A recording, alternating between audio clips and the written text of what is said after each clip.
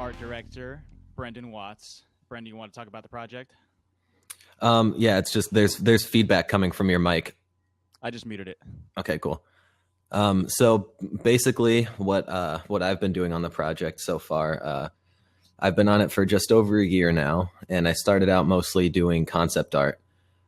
If you check out the Kickstarter page, we have a bunch of the original old concept art drawings at the very bottom. So mostly what we were working on that summer was the first psychopath, the first what is it? The first ego egg, I guess, the first single player episode. And that one is the psychopath psyche. So if you've read into the game at all, you would know that it's basically about the single player episodes are all about melding minds, and each meld is with a different psyche. So the first one we were working on last summer was the psychopath psyche. And within that, you have to basically battle and reason through all of the different mental illnesses and different aspects of that psyche. So I had a lot of fun with that. That's our like sort of pseudo horror episode, which is pretty interesting. And our aim is to have all sorts of different episodes. Like I guess our next one after that one is going to be the Tech Heaven episode, which you can also see on the Kickstarter page. And that one's all about religion and different philosophies and things like that. You all good, Rob? You all set up now? Yep. I'm hearing you good. Sweet. So yeah, I'm the creative director of the studio, and I've been kind of the writer and kind of just overseeing the production and things like that, coming up with a lot of crazy ideas that you can see on our page. So we talk about a lot of it's a combination of like pseudoscience and actual science, and we weave it together into a surreal storyline that's partially shaped by the players themselves. So everybody in the game creates their own strata statue, which is like an immortal psychic cyborg that looks like an ancient Greek statue. And they live on a spaceship called the Prosopon, which is the mask of ancient Greece that is used to externalize the self.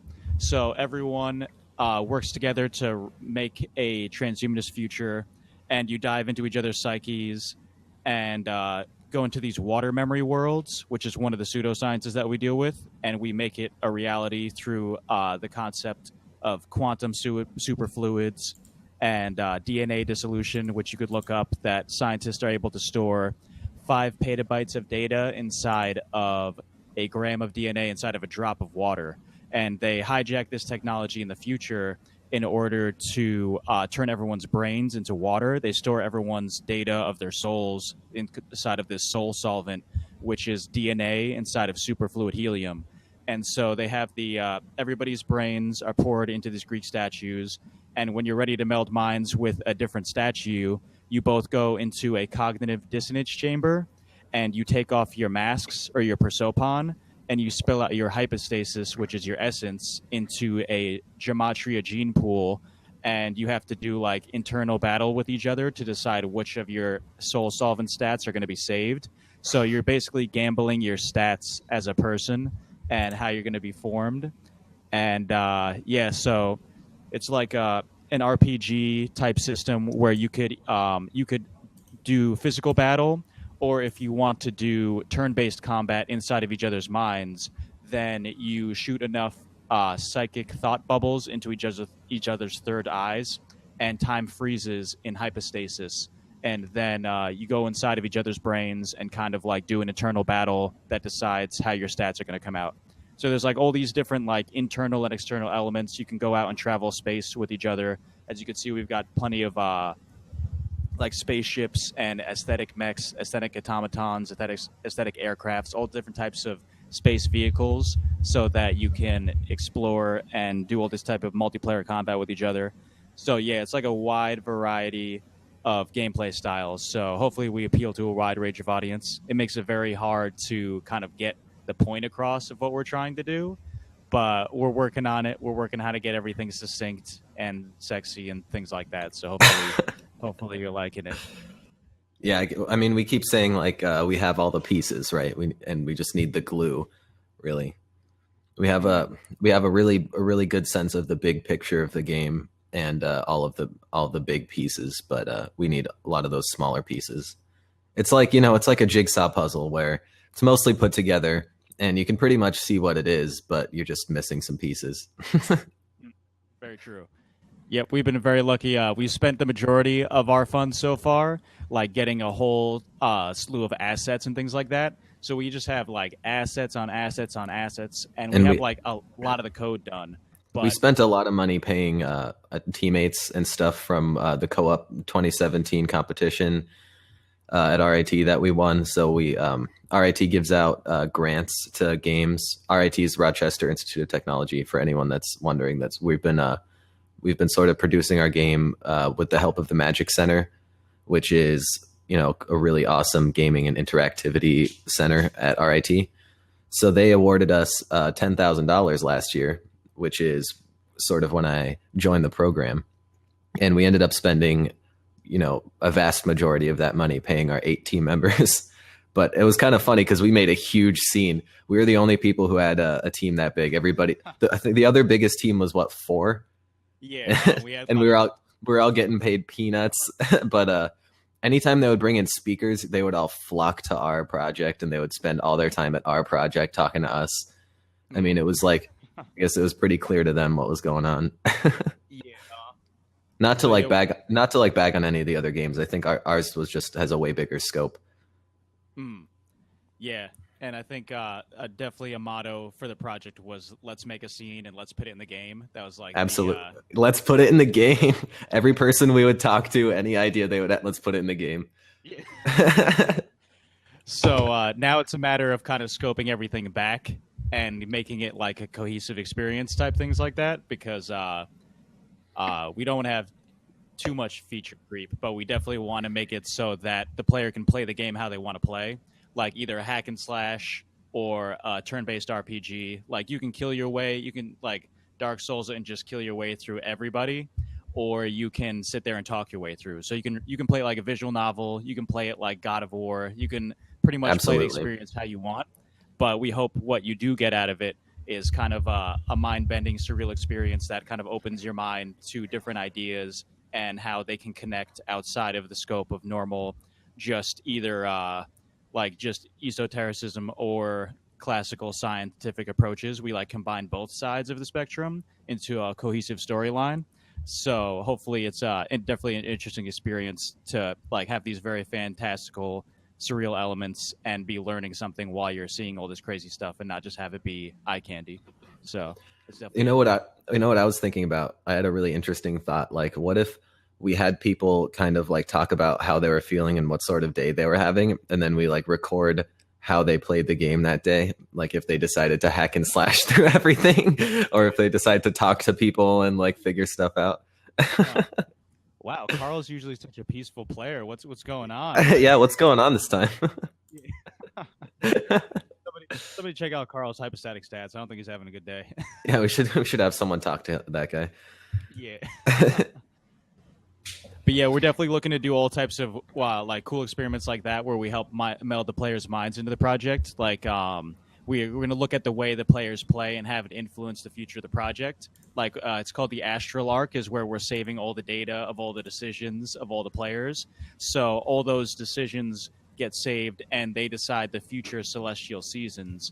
So and also the water memory world around them. So say if they decide to kill their way through one specific psyche, if they're in a water memory world and they just are killing everything, that psyche will become more violent, but it will also suppress that idea in the overall timeline of the project. Because if you kill a deity, that deity loses power inside of the astral arc. So like every player should think about like what characters they like and things like that, because those will be the most likely to be saved for the future iterations of the project. So we're definitely making it a iterative experience and trying to have the players meld their minds into the game as much as they can.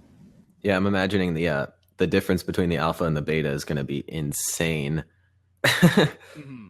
Because the alpha will be like our vision, right? And then the beta will be like everybody's vision. Yeah, that's very true.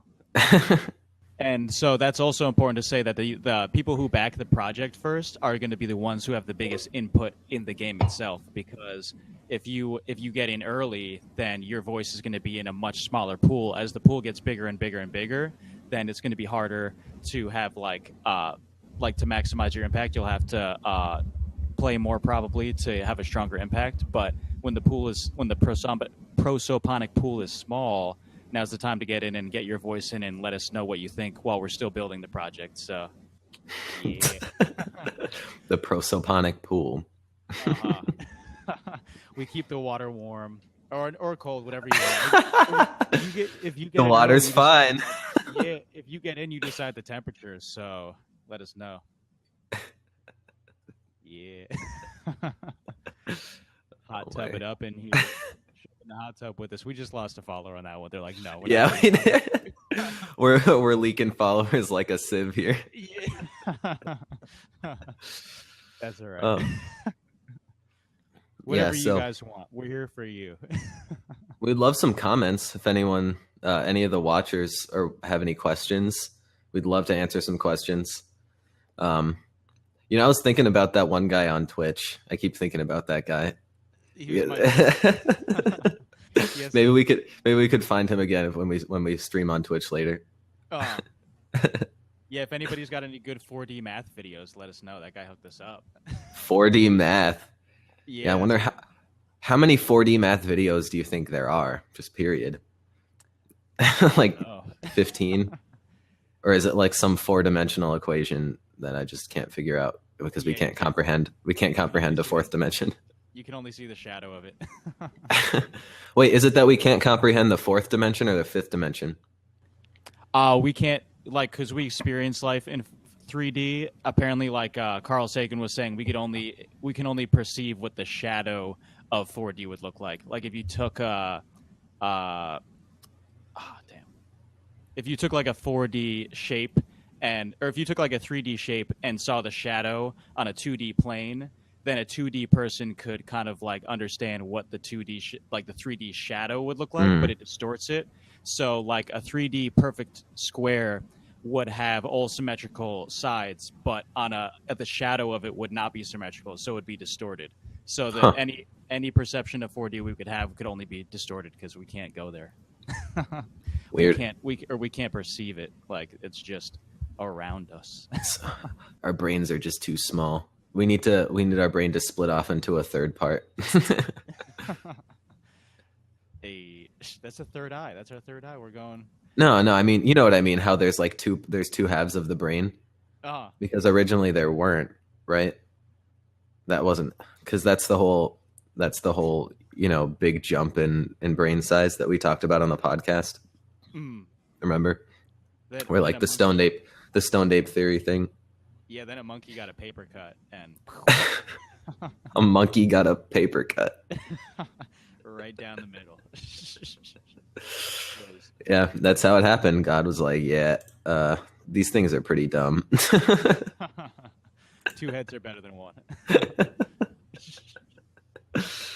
Hey. Oh my. How come nobody's saying something nice in the chat? Yeah, come on, guys. We want some questions. I'll do it. Okay, give us a question, Rob. Oh, what's the Tim and Eric movie? Oh, wait. Tim and Eric, awesome movie. Great job. Wow. Yeah. I don't know.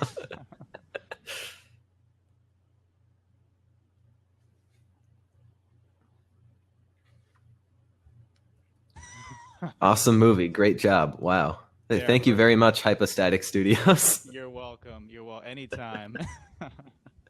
Really appreciate that. Yeah, I just am a big fan. Oh, I really want Keck to come on. I think he gets does he get a notification when we go live? I think he does. I wish we could. Did I? I don't think I got a notification. I think we have to like send a message to all of our backers. That's weird. Because I have a separate account that is subscribed just to see what sort of reminders and stuff we get. So far, it's just we got one when I posted the update earlier. Fair enough. Yeah, I guess Kickstarter doesn't want to like spam you too much, which I get. You start getting too many emails, that's when you get rid of stuff. You email back unsubscribe. Yeah, but Lord Keck themselves donated to our project, so that was pretty Lord Keck. Yeah, the Lord of Chaos. That's what their production has been. So they've been guiding it. Yeah, I mean, Keck is now our highest contributor. So thank you very much, Keck. Yep. Oh, Thank you. we Thank just you. lost two more. Down That's to three. maybe we should talk about what else should we talk about? I wanted to ask you what Kantian philosophy is.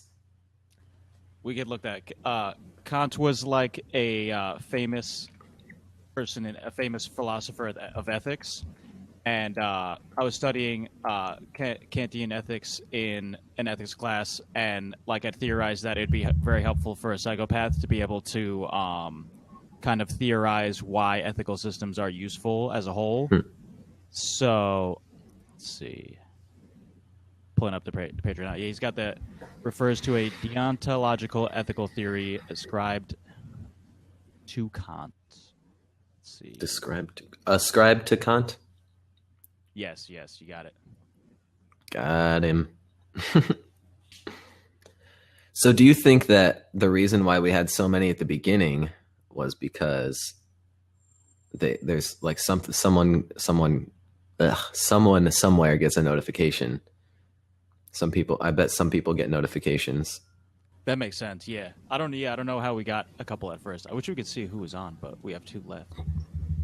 I think it might be good to talk about the music that we're looking to get into because so we've worked on this for two consecutive summers. And the first summer we had Rick Scott, who's a really interesting composer from RIT. He's an adjunct professor, and he studied at a German music conservatory on experimental electronic music. So he was kind of at the forefront of really like experimental analog based synthesizer music back in his day, and he just makes really crazy experimental music. You could check his music out at recmael.org, and he just has libraries of a lot of it is just experimental noise. You can find more conventional songs.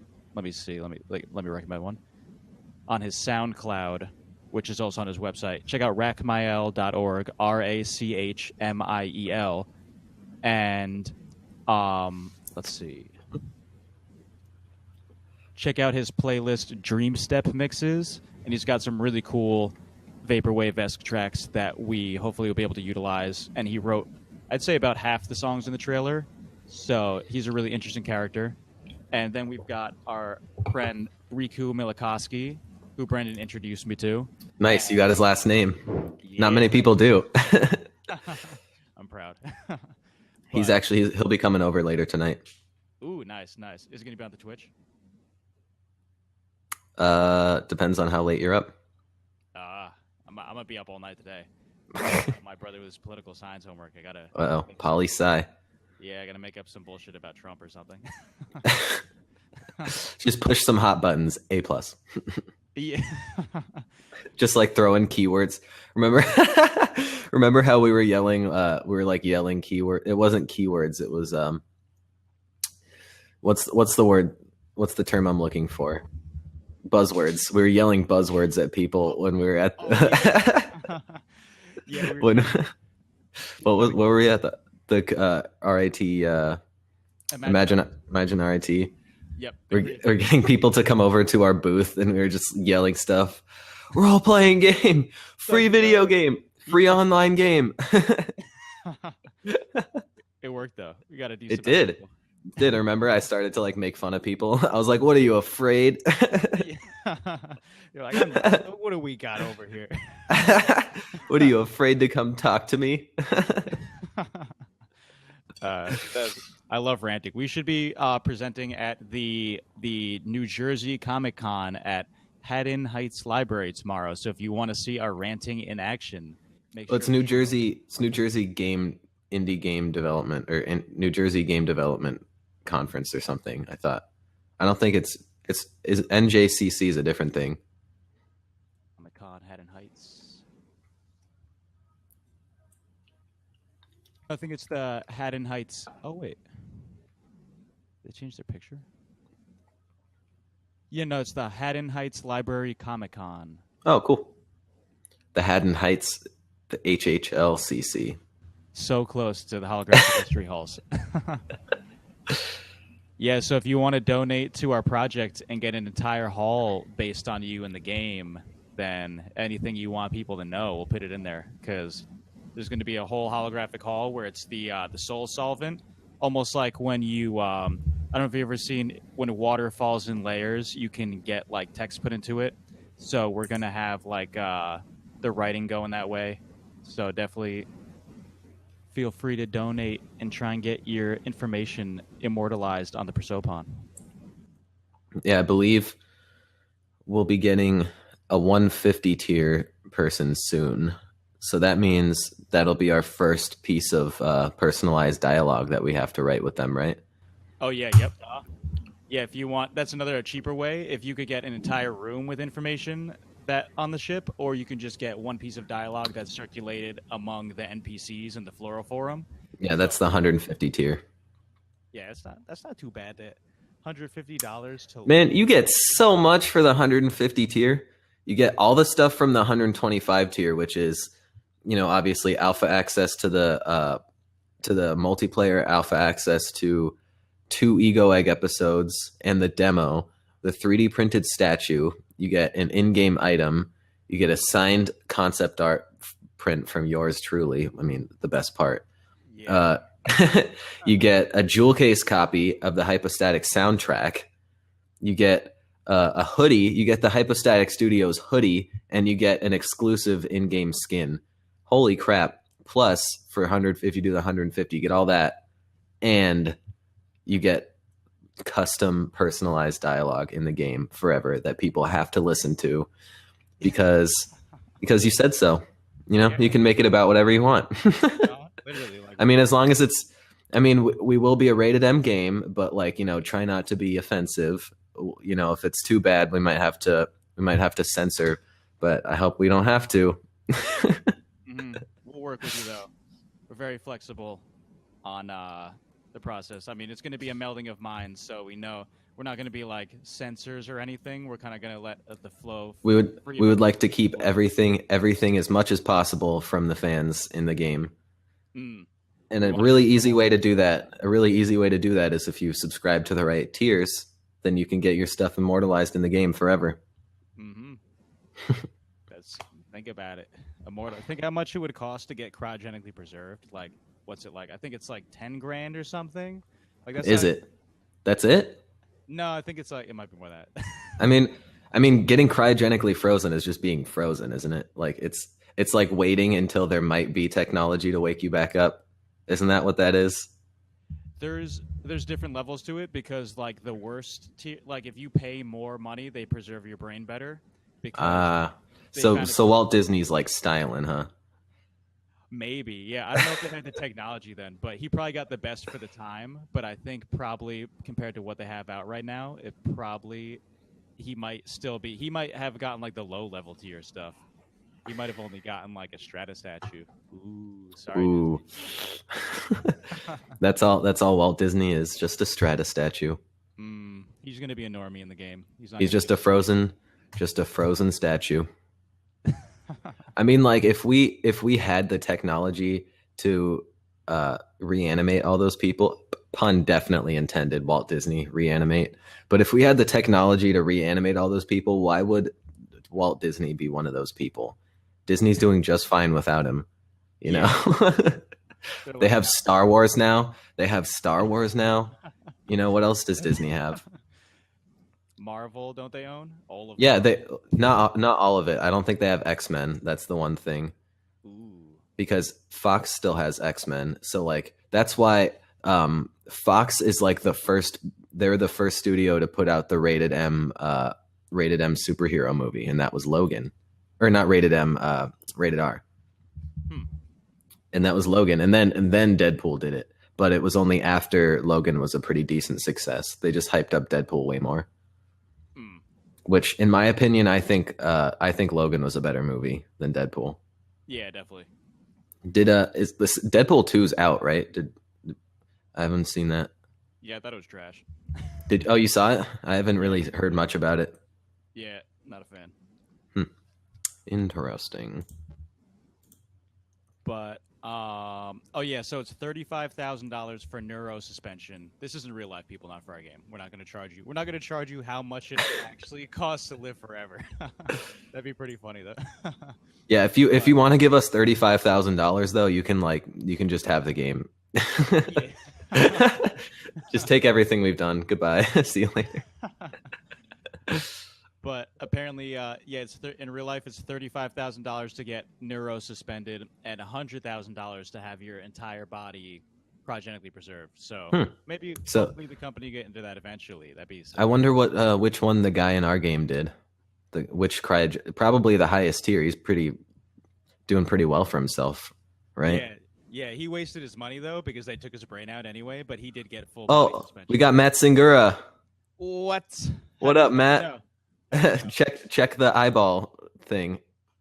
It's him. What up? It's him. Send us a chat. I don't know you, Matt, but send us a chat. I know of you. Chat with us. Let us know what's going on. You can be the first person to actually send us a real chat that's not us. Yeah, Matt, see our first chat so far? Yeah, the one. Like start logging into fake accounts and like make us feel better about ourselves. Matt, can you hook us up with Tim and Eric? Can you get them on there for this? That'd be interesting. We want them on the ship. There's gonna be like you're gonna hear about the psychopath doing crazy shit on the ship, but then you're gonna hear about Tim and Eric doing shit on the ship. You're like, oh no, like you're gonna want the psychopath instead. Should be easy, right? To get Tim, we can at least get like Tim Heidecker. We could probably just call him up and be like, all right. Yeah, I'll say some stupid shit on your thing. Will no one see it and will it not matter? Perfect. That's my medium. What's it called? And he convinced people that he was the editor of ESPN. So he could probably convince people that he's like the creative director. He did? Tim Heidecker did that? Yeah, he was at like some type of film gala. And he was just like, yeah, life's been real hard as an editor at ESPN. And they were like, they started like printing it like the new like Tim Heidecker, editor of ESPN. Oh my god! We got to get him to start saying he's. That's like Catch Me If You Can level. He did it. He's a boss. Matt knows all about his prank calls with the grime in the pipes. Oh yeah. Did he leave? No, Matt's still here. He just never sent us a chat. That's rude, Matt. Why not, Matt? Did we do something to offend you? What you munching on there, buddy? Real nice salad over here. What do you mean by salad, Rob? That's true. Why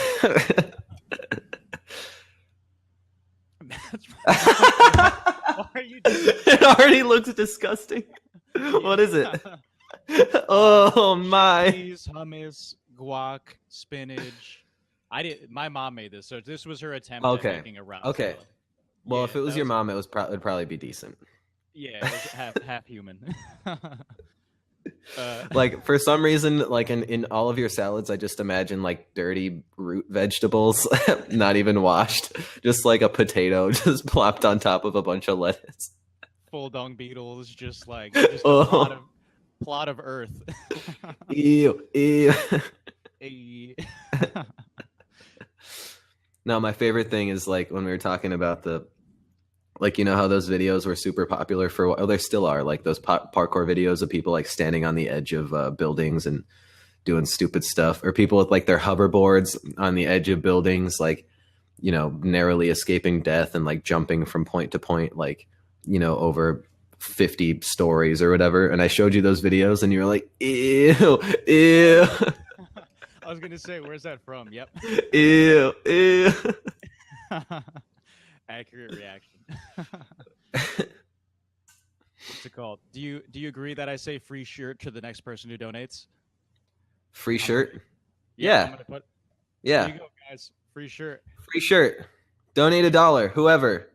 Yep. Free shirt. Free shirt. That's the $75 tier. That's on the $75 tier. Yeah, come on, people. $75, $1.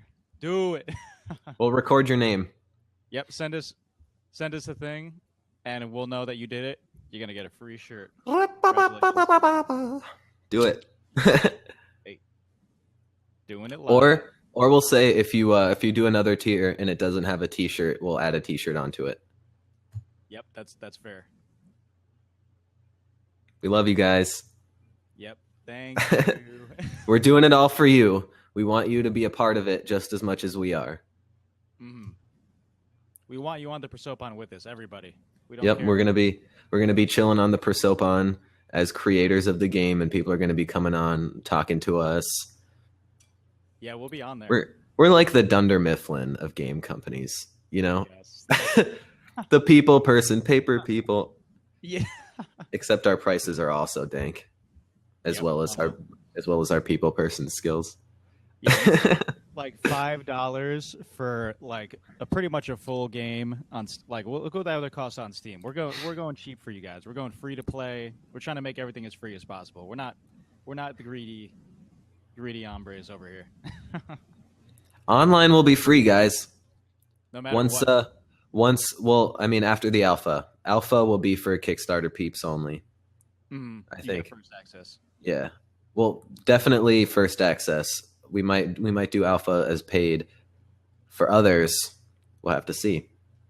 That's true. But but if needs you to donate remain even exclusive. $1 now, you're gonna get alpha access to a lot of cool stuff. So You'll get alpha access and a free T-shirt.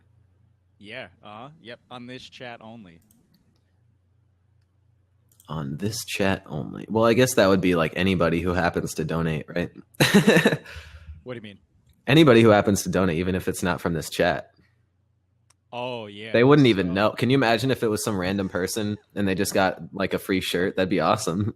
We just T-shirt launch them from here, like they wouldn't even know. They wouldn't even know race. until it's time.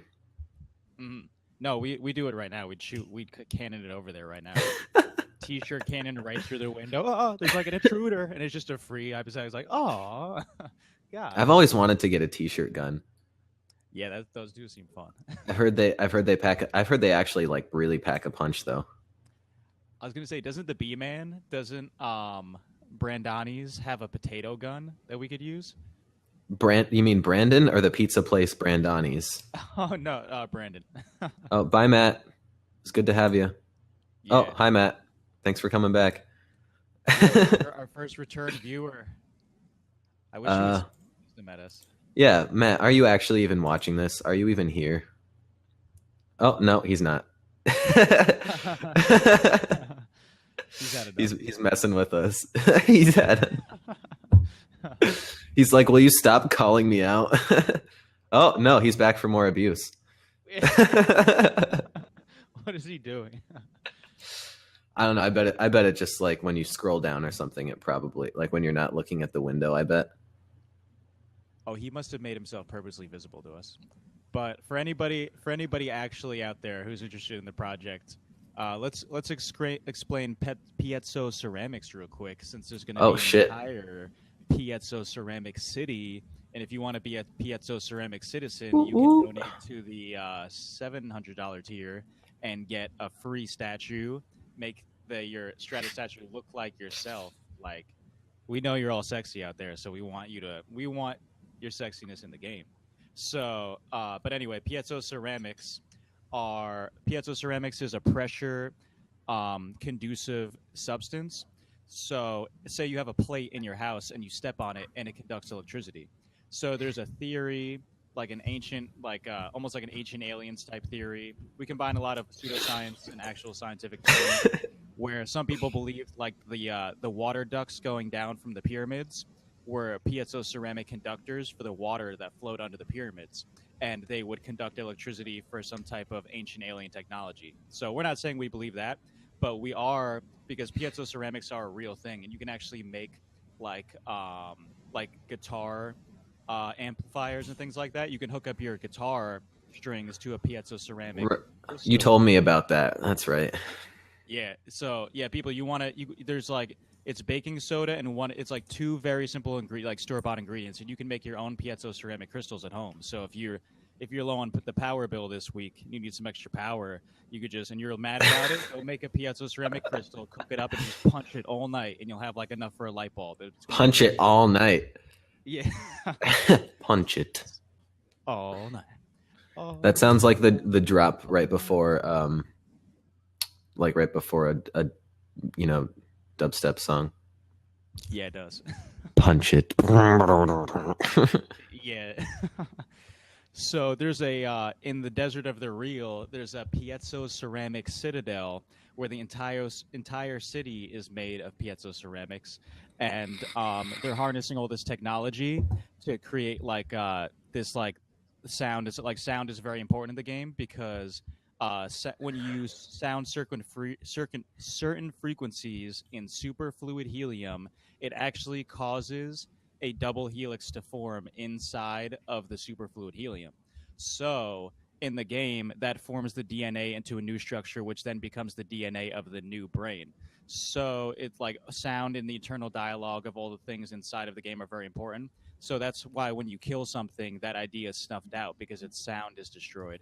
And there's also the people who believe, like in the Bible, like we're in a giant water system and the stars are all sonoluminescent stars, and like God, the first thing he said was let there be light, but the only reason there was able to be light is because he spoke it from its mouth, which created sonoluminescent light.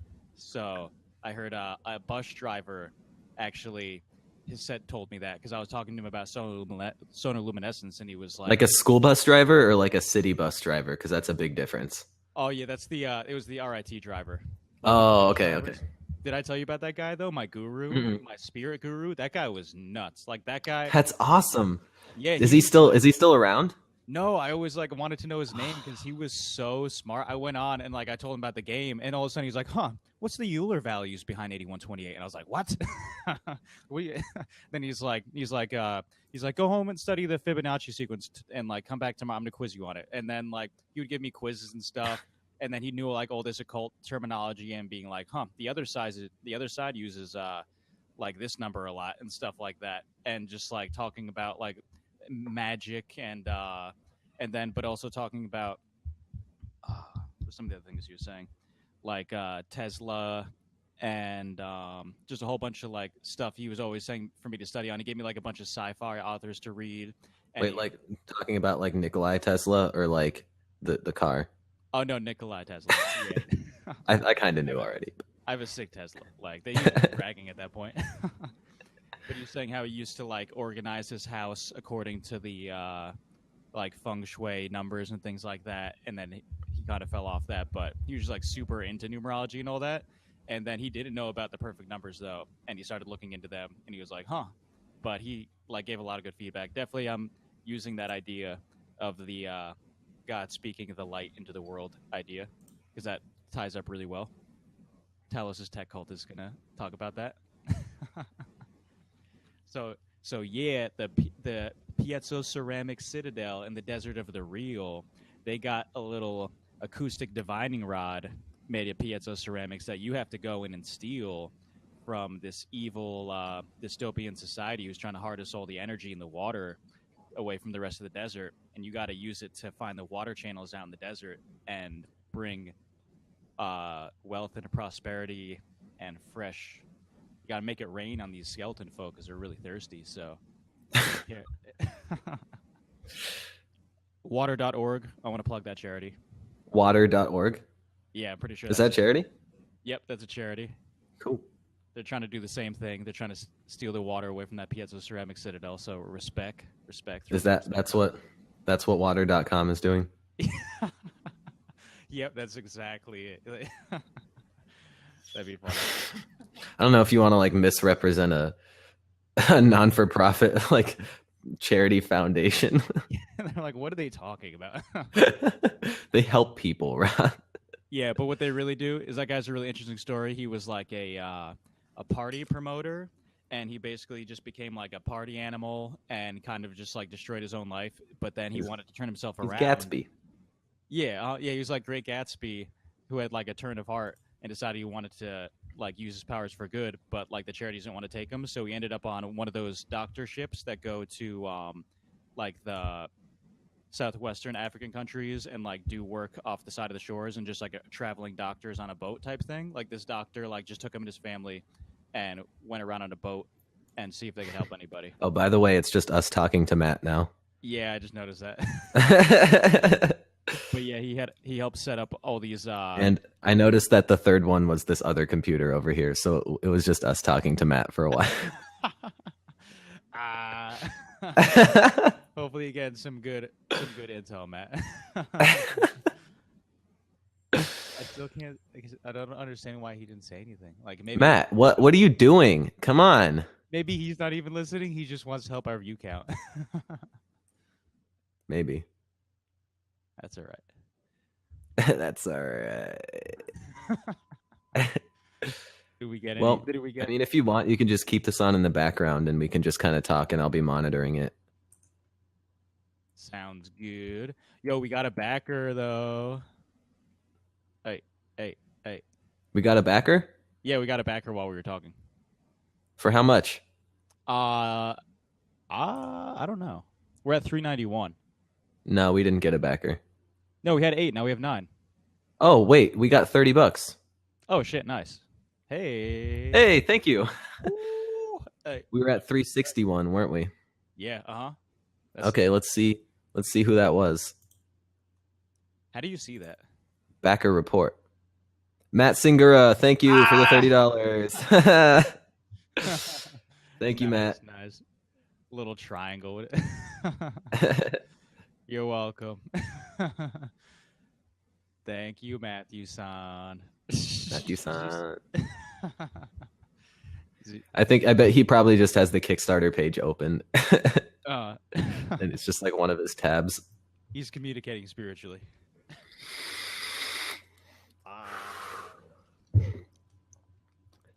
Honestly, this is like a better forum.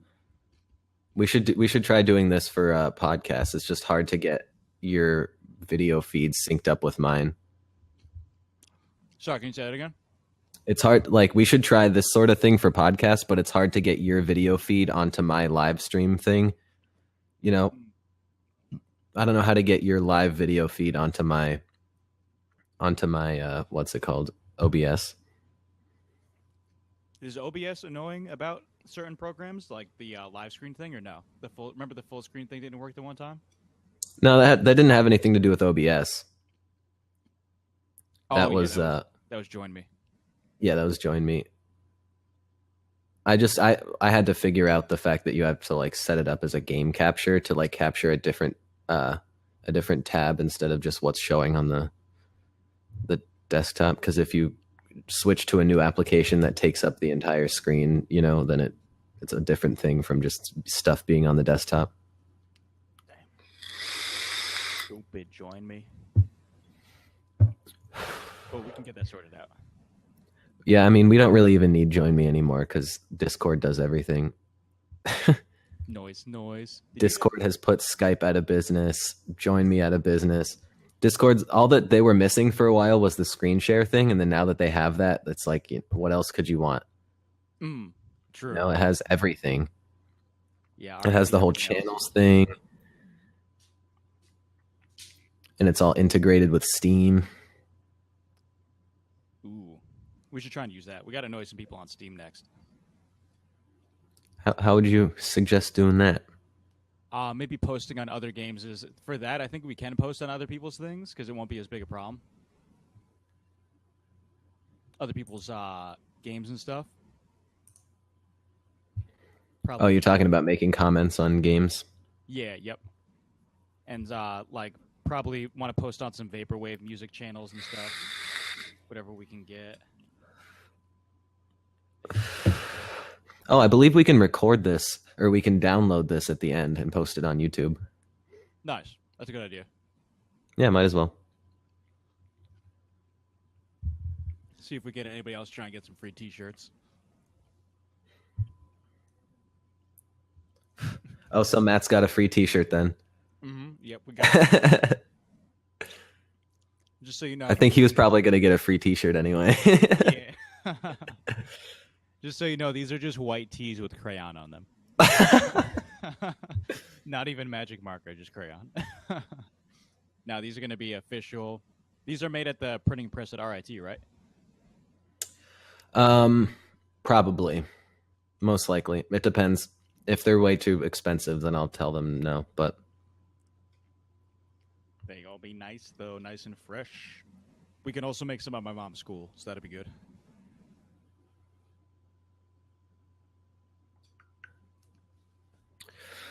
Yeah. Seeing as I helped set that place up, they own And I helped. it. Yeah. Shake and bake. Do you remember those commercials? No, I actually never had a shake and bake or have like seen them or anything. My dad has made it for me before with pork chops, but it's just like an easy way to bread meat and then bake it. It's like, it's nothing.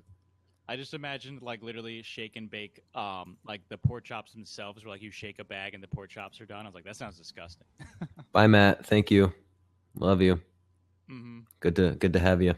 Mm-hmm.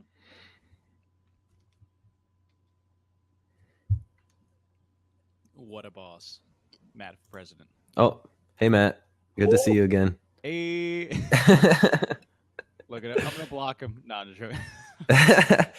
If you're just gonna keep coming in and out, then you can just show yourself out. Yeah, just stay out. Don't let the door hit you on the ass.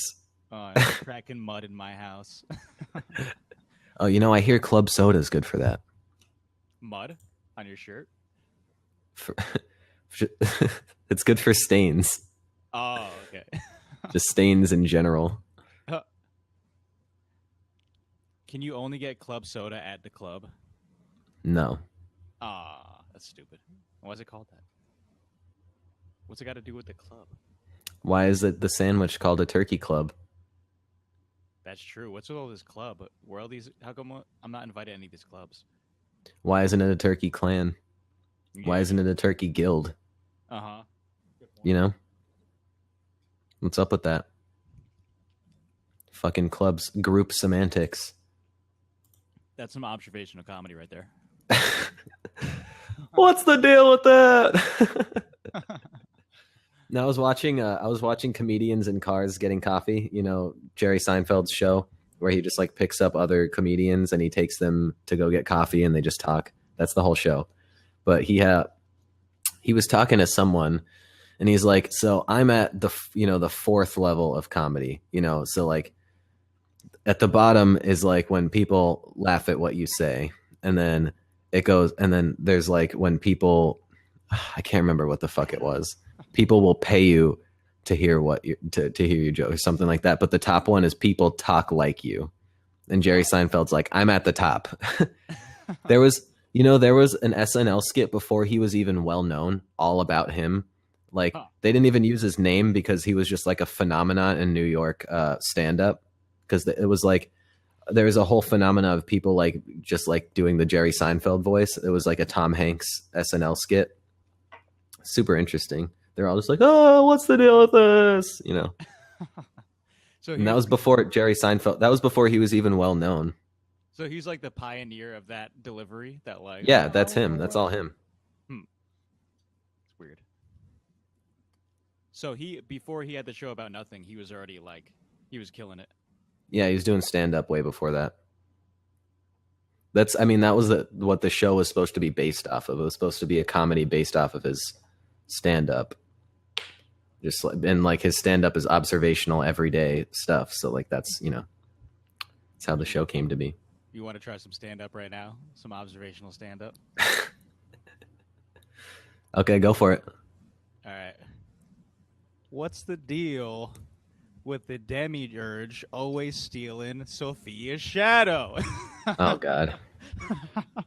That's what I want to know. She's just walking, she's trying to tan, and the damn demiurge snake ass lion head thing just comes up and just Peter Pans the shit out of her. Just steals her fucking shadow. What's up with that? What's up with that? Yeah. That's what I want to know. Bye, Matt. He had enough. Oh, hey, Matt. Oh, actually, it's someone else. Thank you for joining us. There we go. So, we're still offering the next person who donates will be receiving a free t-shirt. If you happen to donate while we are still live streaming to any of the tiers, you'll receive a t-shirt added onto it, free of charge and free of shipping.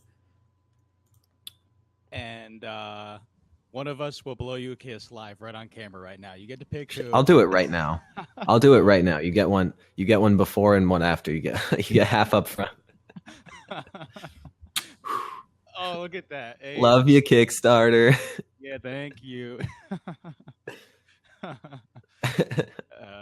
They're gonna start. Watch, it just goes to 100 viewers. All your fans flocking. I want a kiss from Brenden. That's gotta be is that? I think that is Matt. That's still just Matt. Yeah, you see his chat thing. Matt's our biggest fan. What up? Hi, Kevin. Hi, Kevin.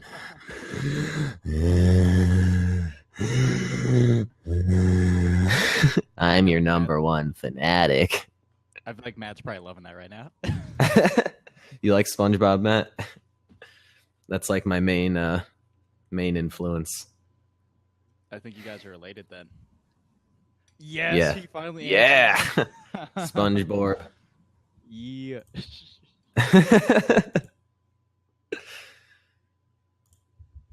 We could do some we did some stand up. Now we got to do some. Well, you already impersonated one character.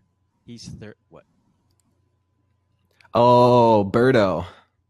Yeah. I've heard so much about him. You guys are legends. They have plaques for you guys up at RIT. They don't even know who you are. Both the Matts. There's two Matts. He's a bully. He's been calling him a bully since like pre-K probably. That's funny. Birdo's the bully from Arthur. He's the what is that? What animal is the bully dude? Let me look at it. I don't know. They're all like weird mouse, cat, bear, dog people. Mr. Ratburn. I feel like, is that Matt, when are we getting you on a podcast? Yeah. That'd be good.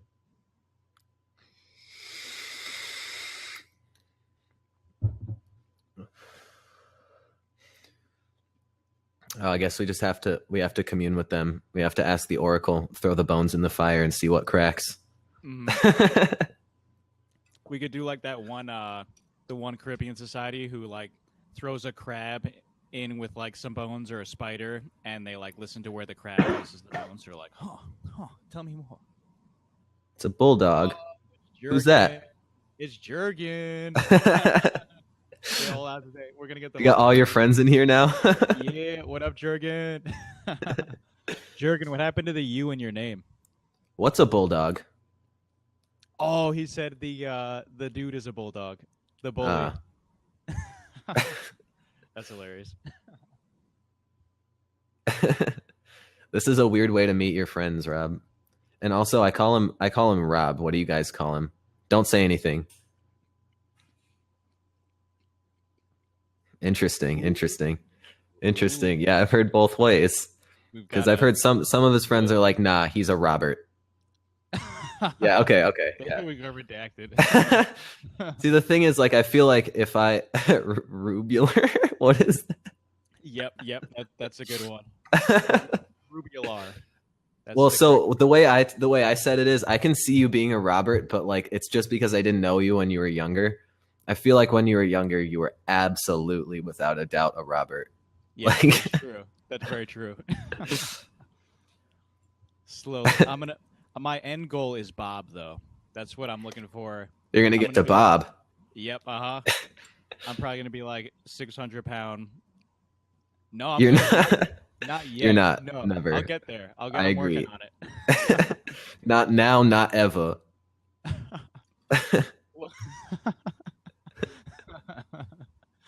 You see what you wrote? You guys ever seen the drinking out of cups video with the little gecko? And it's like a guy who's like tripping on acid, and then they like just basically they animated a video of like a lizard talking in the background because the dude was just rambling. Mr. Walkway, Mr. Oh, Walkway, yo. lead me up to a building. Fuck Yeah. you. Exactly.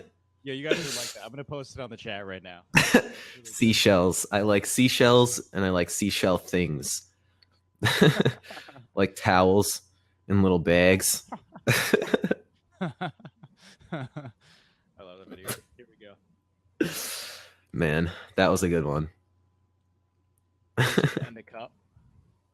Drinking out of cups. You should see like a little like lizard dude. Yep. Do you have a claymation one? No, this is the original one. Lead me up to a building. Fuck you. There you go. There it is. Enjoy. For those who wish to educate themselves. That's not to say I don't think you guys are educated. I meant further educated, really. Yeah, you're just not fully educated yet. That's what you've said. Fully, yeah. You have to become fully educated. He's This will shoot your IQ up from No, I am. He's Oh. on acid, so you know. I was like, no, I'm sacred. You're not.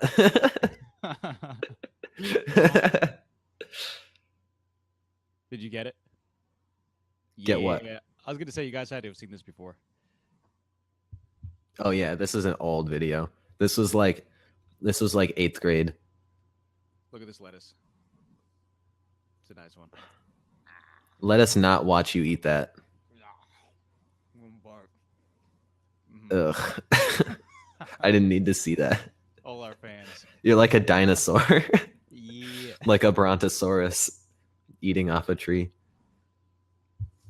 Got my nose shine on the camera. You got your you better go powder your nose. Right there. Where's the optimal shine? Yeah, right there. Right there.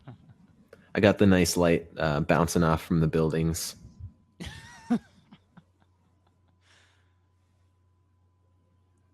But I'm serious. I'm serious. The sun is like that direction, but I'm getting like this full blast because it's like bouncing off of this building over here, coming straight through the window. yes, please. Are you seeing any spirits in them? You know, no more than I normally see. Are you seeing any cursed images in them? What's that? You seeing any cursed images in them? Mm, Cursed images. That's like a no whole more separate- cursed images in my life.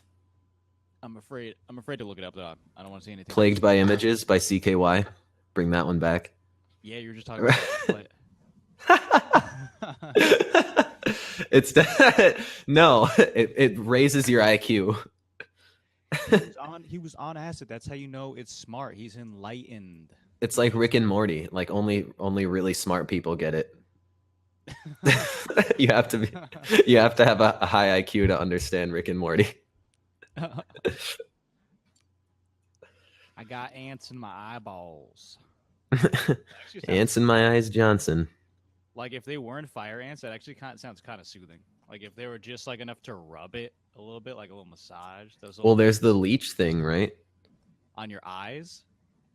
Matt's IQ is too low to watch Rick and Morty. Wait, what were we just talking about? Leeches on your eyeballs. Oh yeah, yes. That's a thing they do in India. They did it on Jackass too. What? They put it on their Steve-O got a leech eyeballs? on his eye. What? That's Yeah. ridiculous. You've seen that. I've never seen that. And Let's it's see. just him like screaming, going "Ah!" the whole time. I mean, it's like pretty, what else would you expect? Does he like, Hey, he's enlightened. Matt's enlightened. after watching the video? Yeah, he said, I'm definitely more enlightened after that video. Right. That's what I said. We'll further your transcendental path here. You can tell he's a shaman by that hat. So what? I sometimes I like to say shaman just because it makes me sound like I'm different. I'm different. It's like how you pronounce stuff sometimes. bagel. Oh God, that's not as bad as the Western New York bagel. True. Bagel. Didn't you say you used to work at a bagel shop and Yeah. somebody ordered a bagel and you're like, I'm not serving you if you're gonna talk like that. It's not just somebody, many people. And it was Tim Hortons. People would come up and ask for a bagel, and I'd be like, we don't have bagels. That's awesome. We don't serve those here. In fact, I'm not sure what that is. Mm. No, my favorite thing we did at Tim Hortons was we would answer the drive-through like with made up names. But we would like, so we would do like the normal one is like, thank you for choosing Tim Hortons. This is Brenden. How may I help you? But we would do, thank you for choosing Tim Hortons. This is lettuce. How may I help you? But no one would notice. We would just change it out. Like, this is sausage. How may I help you? Nice. No one like we all that made us realize is that no one fucking cares what your name is. They're not gonna They just want their coffee. They just think you had some hippie parents. We're like, wow, that poor kid's parents named him lettuce. What about sausage though? Yeah. The same thing. That was The Dunkin' burger. She really did care. She went out of her way to try and like make that happen. Like, yeah, Rob told me about that. Oh, I got it. Hi, Rob's mom. Okay, well, it looks like it's up to me now. There's some importance going. Oh, is she bring him more food? Like, he didn't even finish his salad. What service? This is some crazy good service.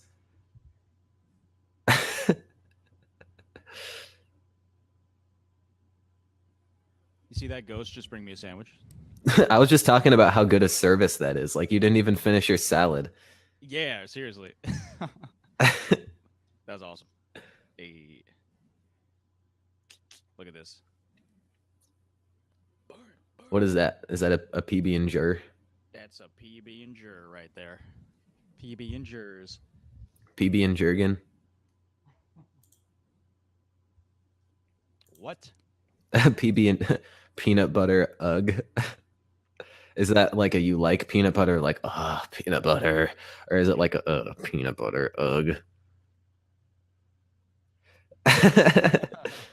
Hey, but he eats shellfish and shit, like clams and whatever. Oh, you don't like peanut butter? Now would you prefer like? Is it because what makes you not like peanut butter? Oh, okay. I see. That's why.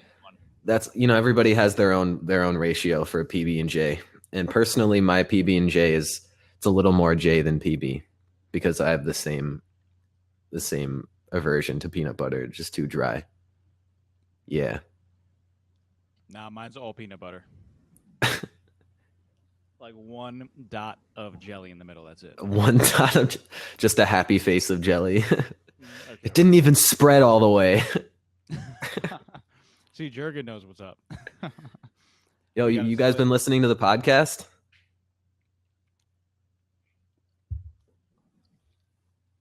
It's been super fun. Bitchware.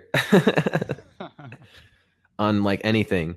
Spotify, iTunes, Google Play, Stitcher, Anchor, Pocket Casts, like the video ones are on YouTube. We're pretty much anywhere that a podcast can be heard. In fact, I think, didn't you mention like getting your guys on a podcast, Rob? Yeah, definitely. If you guys want to be in an episode, hop on. I'll get to it at some point. Dude, you're getting buried. There's like 7 episodes now. Yeah, you gotta catch and they're up. all like 2 hours. Uh-huh. That's like a lot of content. I couldn't even finish it on the flights out from New York to California. You listened to them all the way through? No, I couldn't finish them. I listened to like 4. Ooh, damn. Yeah. Still dedication, though. Dedication to my own thing that I made. You're like the opposite of Johnny Depp, where instead of not listening to your own things, that's all you do. Just be like, damn. Yeah, exactly. Oh. I only, yeah. I also fart into wine glasses and sniff them. Is that what high class people do, or? That's the South Park thing. Robert. But I'm all good. I'm solid. How's this? How's this? Ooh, yes. Do you feel it? probably shouldn't do this. I shouldn't do that on the ASMR. Oh, check this out. If you guys are wearing stereo headphones,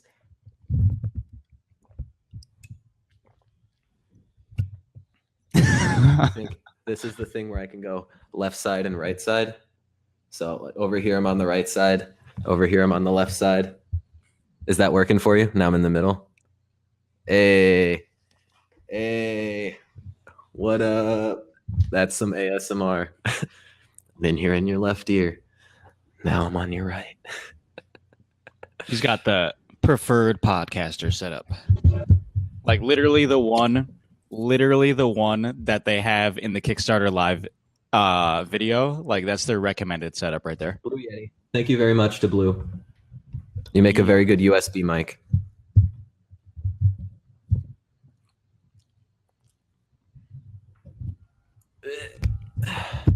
Well, glad our dulcet tones could put you asleep, Jurgen. Go to sleep.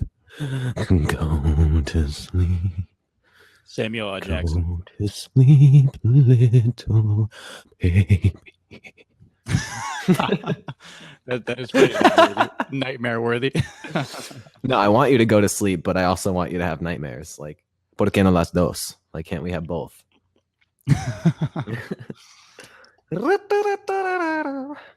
gonna see the chupacabra in there. I'd show it the chupacabra. The chupacabra is a really underrated monster, isn't it? Yeah, I was gonna say it seemed pretty chill in that Scooby-Doo episode. No. What? Why? No, come on. I like the chupacabra.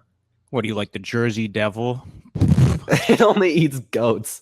That is true. That is kind of lame. That's only one thing. What if there's like a pedophile one where it only ate kids? Isn't that Santa Claus?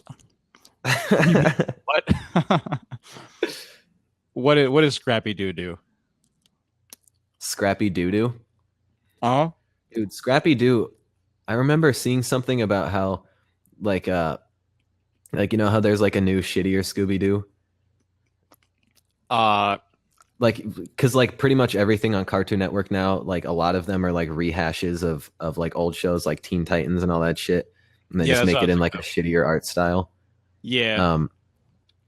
But there was one of the Scooby-Doo ones, they were literally talking about, like in the newer series, they're talking about how they wish that Scrappy Doo was never made. They were like, that was like a dark part of our past. What? Is it really? That's what they said. Is it really like fourth wall breaking like Teen Titans is? Well, I mean, not completely. They mentioned the fact that like Scrappy Doo was a part of it, and then no one likes him. He was annoying, but and then there's a similar thing in the Teen Titans one where they were like watching, what were they watching? They were like watching like a clip from the old Teen Titans show, and they were like, "That looks so cool! Like, why isn't that still around there?" And then they were like, "I don't know," or something like that. I can't remember exactly what it was, but they're pretty much just calling out Cartoon Network for making stupid choices, which I concur with. I approve. Can you guys hear me chewing on this tasty ass sandwich over here? Can you hear me or no? I can't hear you chewing on a sandwich. Disappointing. I'm trying to chew as loud as I can, but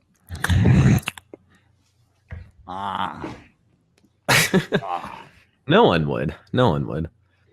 But I feel like Rob doesn't have a great idea of what people want to like see. That's true. He's like, I'm gonna put brackets all over this shit and then make it like the definition of TLDR. And yeah, like, exactly. You know, if they're interested, then they'll read into it, right? We gotta keep out the normies for Lord Keck. Yeah, did you guys see that our biggest contributors, his name is Keck? Oh shit, we got more money. Ooh, 421. Who went over 420? Take it back. I was really hoping that someone doesn't like. Oh, it's Jurgen. Thank you, Jurgen. Thanks, Jurgen. You to mine. I was really hoping that someone doesn't get us up to 8128 and be like, nah, I have to leave it now. And then no one donates after that. Yeah, nobody wants to be the one. Yeah. That'd be Honestly, funny. like I feel like if I saw that and the name of the game was 8128 and they were up to 8128, even if I didn't like the game, I'd be like, nah, I can't donate to that. That would mess Y- things up. Yeah, true. That probably should have been our reward tier. Thinking about it, that was in What, hindsight. 8128 instead of 7,000? Yeah, that would have made sense. But we tailored it to be worth exactly $7,000. So that wouldn't, we would have to completely change it, right? But what? We tailored the 7,000 tier to be worth exactly $7,000. So, it would be different if it was 8128. What else would we add on to it? Oh yeah, I see what you're saying. Yeah, the value. Yep. The value is exactly $7,000. So That's true. it's not like they're arbitrary or anything at Yeah, the all. meal Nothing like that. we're gonna cook them a dank $7,000 meal when they show up at the studio. We're gonna have like I a mean, we're gonna banquet. have to spend part of it on their on their plane ticket. Yep, that's true. If anyone donates $7,000, it's like, all right, well, more than half of that's going to their plane ticket, but Oh, that's still a lot of money. That would be insanity in the membranity. mm-hmm. See, I thought that we got a little notification on our screen while we're live streaming if we get a new pledge, but I guess not. That's how it should be. It is how it should be, isn't it? Do you want to complain and see if we could sue a little bit, maybe? No, I think that's how it normally is. When I was looking at the Kickstarter little preview thing, it was like it had that. It had like people getting backers and it would like blah blah blah just became a backer. Yeah, where's our little like heart that pops up? You get like the YouTube, the like buttons and stuff. I don't see any of that. Can we do that? Like on Facebook Live and stuff. Oh, wait a second. Oh, we can broadcast to Facebook Live. You should do that. Yeah, we should do that. You see that little menu on the left? Yes. Wait, no, I don't. Can you do that? Wait. I can do it, but you're the one connected to the Facebook.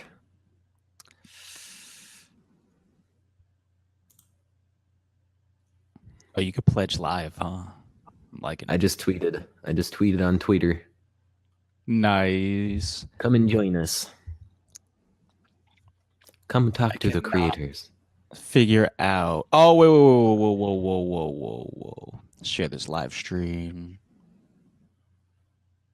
Oh, I thought there was actually something wrong. You're just making noises. Yeah. I cannot figure out how to make it go live on Facebook. I don't know what's going on. Q&A. Dude, what the crap? Good thing we don't have like any randos in the live stream. Yeah. We did for a minute. We had a bunch of people at the beginning. Yeah, I wonder if they clicked on our Facebook thing. I bet what it was probably they Kickstarter probably features them in the order that they start. I bet you that's what it is. And since we were still like towards the beginning of the list, people were still clicking on us. I bet that's what it is. But I don't know for sure. You know in your heart of hearts. My Shit. Kingdom Heart of Hearts. Yeah, Mickey Mouse can show up. Sora got with Minnie behind his back, by the way. I saw that on Instagram the other day. On like a fanfic account. It's Riku's Kingdom Hearts, right? Yeah, yeah. Okay. Yeah, did you guys know that a good friend of mine, his name is Riku, like straight up it's Riku. He works on the game. He's done music for the game. He did the music that plays during the Tech Heaven part. And while you're he's talking at the beginning. Yeah. Uh-huh.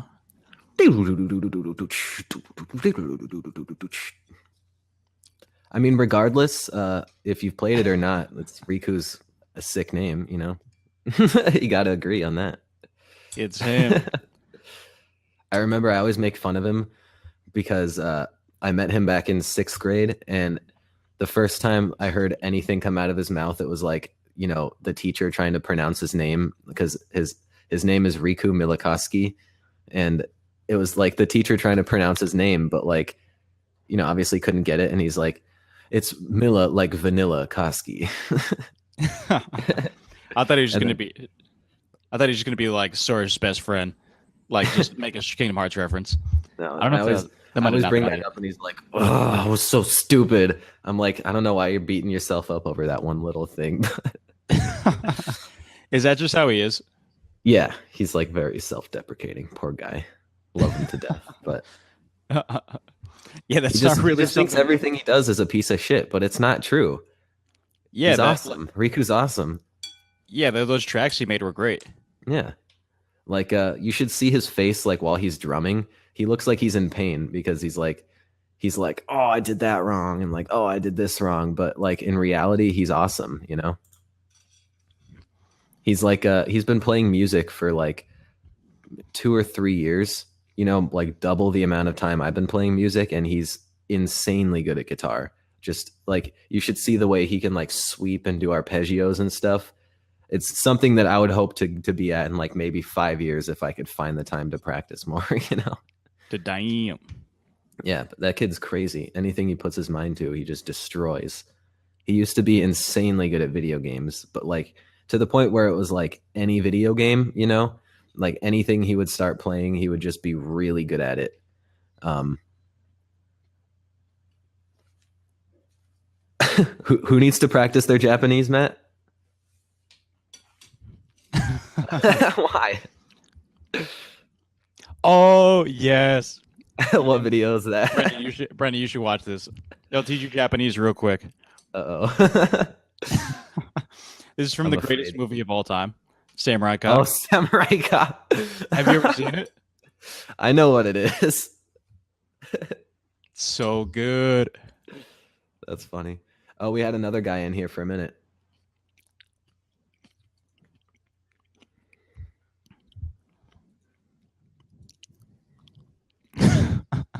What was I just talking about? Rob or Riku. But yeah, Riku makes awesome music. And I've been neglecting to go see his band play while I'm here in San Diego because I'm an asshole. I don't But remember the quality being that good on the video in Samurai Cop. Like, look at the gel on the big dudes here. oh, the weather here is fantastic. It's been like 75 degrees the entire time I've been here. Have you just been living in the Kendrick Lamar song "Woman, Weed, and Weather"? 75's too cold. You're just like freaking Rob. Oh my god. Yeah, Rob's like, I want it to be 90 and sweating. hundreds Ugh. in the When we only way to fucking be. lived together in that apartment, remember how many times I fucking yelled at you because I had the AC on in the bedroom upstairs and I wanted to leave the door open so that it would spread to the rest of the apartment, but you kept fucking shutting the door. Yep, good times. Like, leave the fucking door open. Like the first 3 times I was pretty nice about it, but then after that I just started screaming at you every time. That's fair. But yeah, I have like a temperature battle with every roommate I have in. I live I with. mean, I am wearing like a hoodie right now while I'm in Southern California, but Ridiculous. I That's the think I hypothetical. like 75 though, because then you have the choice. Like, do you want to wear long sleeves? I mean, because me personally, I like to wear long sleeves and pants all the time. So maybe that's why I like 70, 75. Oh, see, threw a monkey wrench into my theory. Y'all just want to look classy. Or wait, but no, Jurgen, wait, so 75 is perfect for you. Okay, perfect. So it's 50-50 here.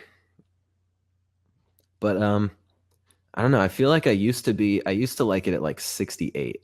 And then I got to a point where it was like I had no fat on my body anymore. So I just get cold really quick. Oof. 100.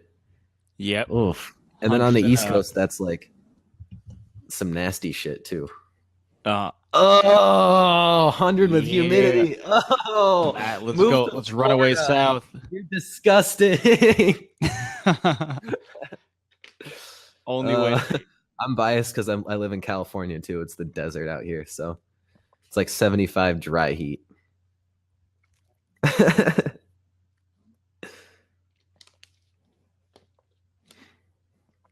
Mm, Oh my. my, Yeah, I think I gotta get my. cracking on the budget tier pictures. Well, you want to sit with a camera pointing at your face while you're doing that? Yep, let's do it. Okay. And I'll try to keep myself entertained as well as you. For all the fans out there.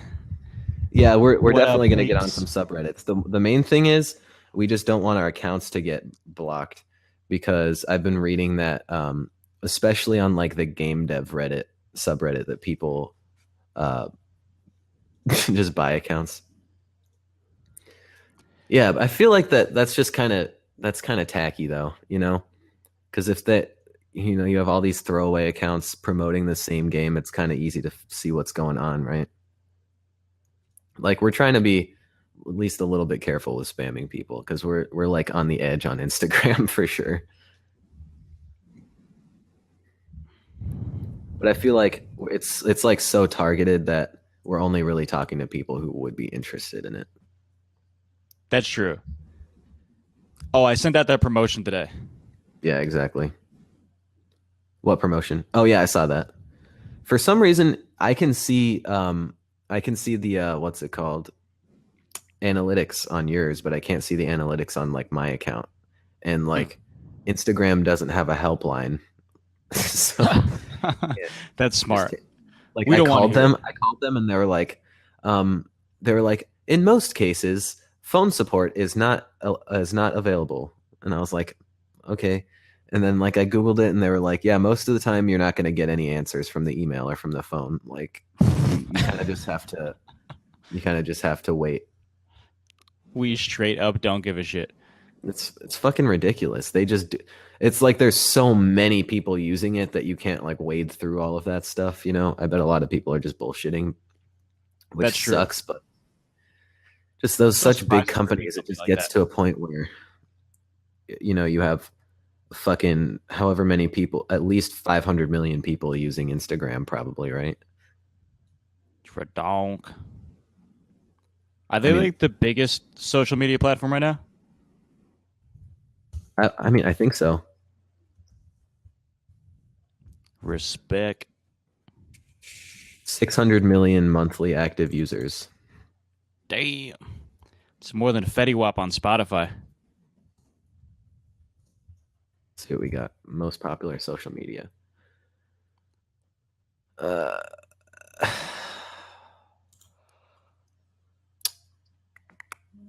As of 2017, Facebook's still number one, then Twitter, and then it's counting WhatsApp and then Instagram. I saw a And pretty what's up? funny meme where it was like G Man from Half Life 1, then G Man from Half Life 2, and then Mark Zuckerberg. And it was like Half Life 3. And I was like, yeah, pretty much. He's our ambassador. Talking to Riku as we speak. Is he going to He, get on? he's at work. Ah, tell him to get over and make us a track live. Um, I think he gets out of work at like 9 my time, which is like midnight your time. So he won't even be over here till after that. No. Unfortunately. Riku. But I mean, Oh, we could do another Kickstarter live video later on because there's so many people in other countries. We do have contributors from Australia. You know, that's true. What are you thinking about? Well, we probably get more. Do you think we get more general traffic through Twitch? Because it seems like we had that initial boost of people popping on, and then oh wait, four currently watching. Is that's just all of us though, right? I think we have some new person in here. Who that? Hey, if you are the one person who is watching who is not one of our friends, we would like to Get up. offer you if Gotcha. you if you uh if you give to our campaign right now, no matter what tier, we will add on a free t-shirt. And that is our special offer to you for happening to tune in to the Kickstarter live stream. And you want to throw something else, throw a bonus in there? Oh, maybe. Let's see. Give you an emblem too in the game. Everybody will know. You want to do the emblem? You get a special emblem. It's kind of like in what what game was that? Was that Destiny or was that where you had like fire on your head or whatever if you were like part of Bungie? Oh, I don't Or know. That makes was sense. that Halo? That was Halo Reach. Yeah, exactly. Jurgen knew. I was like crazy with Halo Reach for a long time. Team snipers. Yeah, that's what I think too. The Forge in Halo Reach. I mean, Halo 3 is really good too, but I think the Forge in Halo Reach just makes it so much better.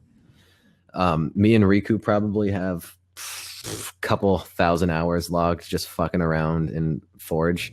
And like I got so good at the level editor. But I really liked Reach. I liked Reach a lot.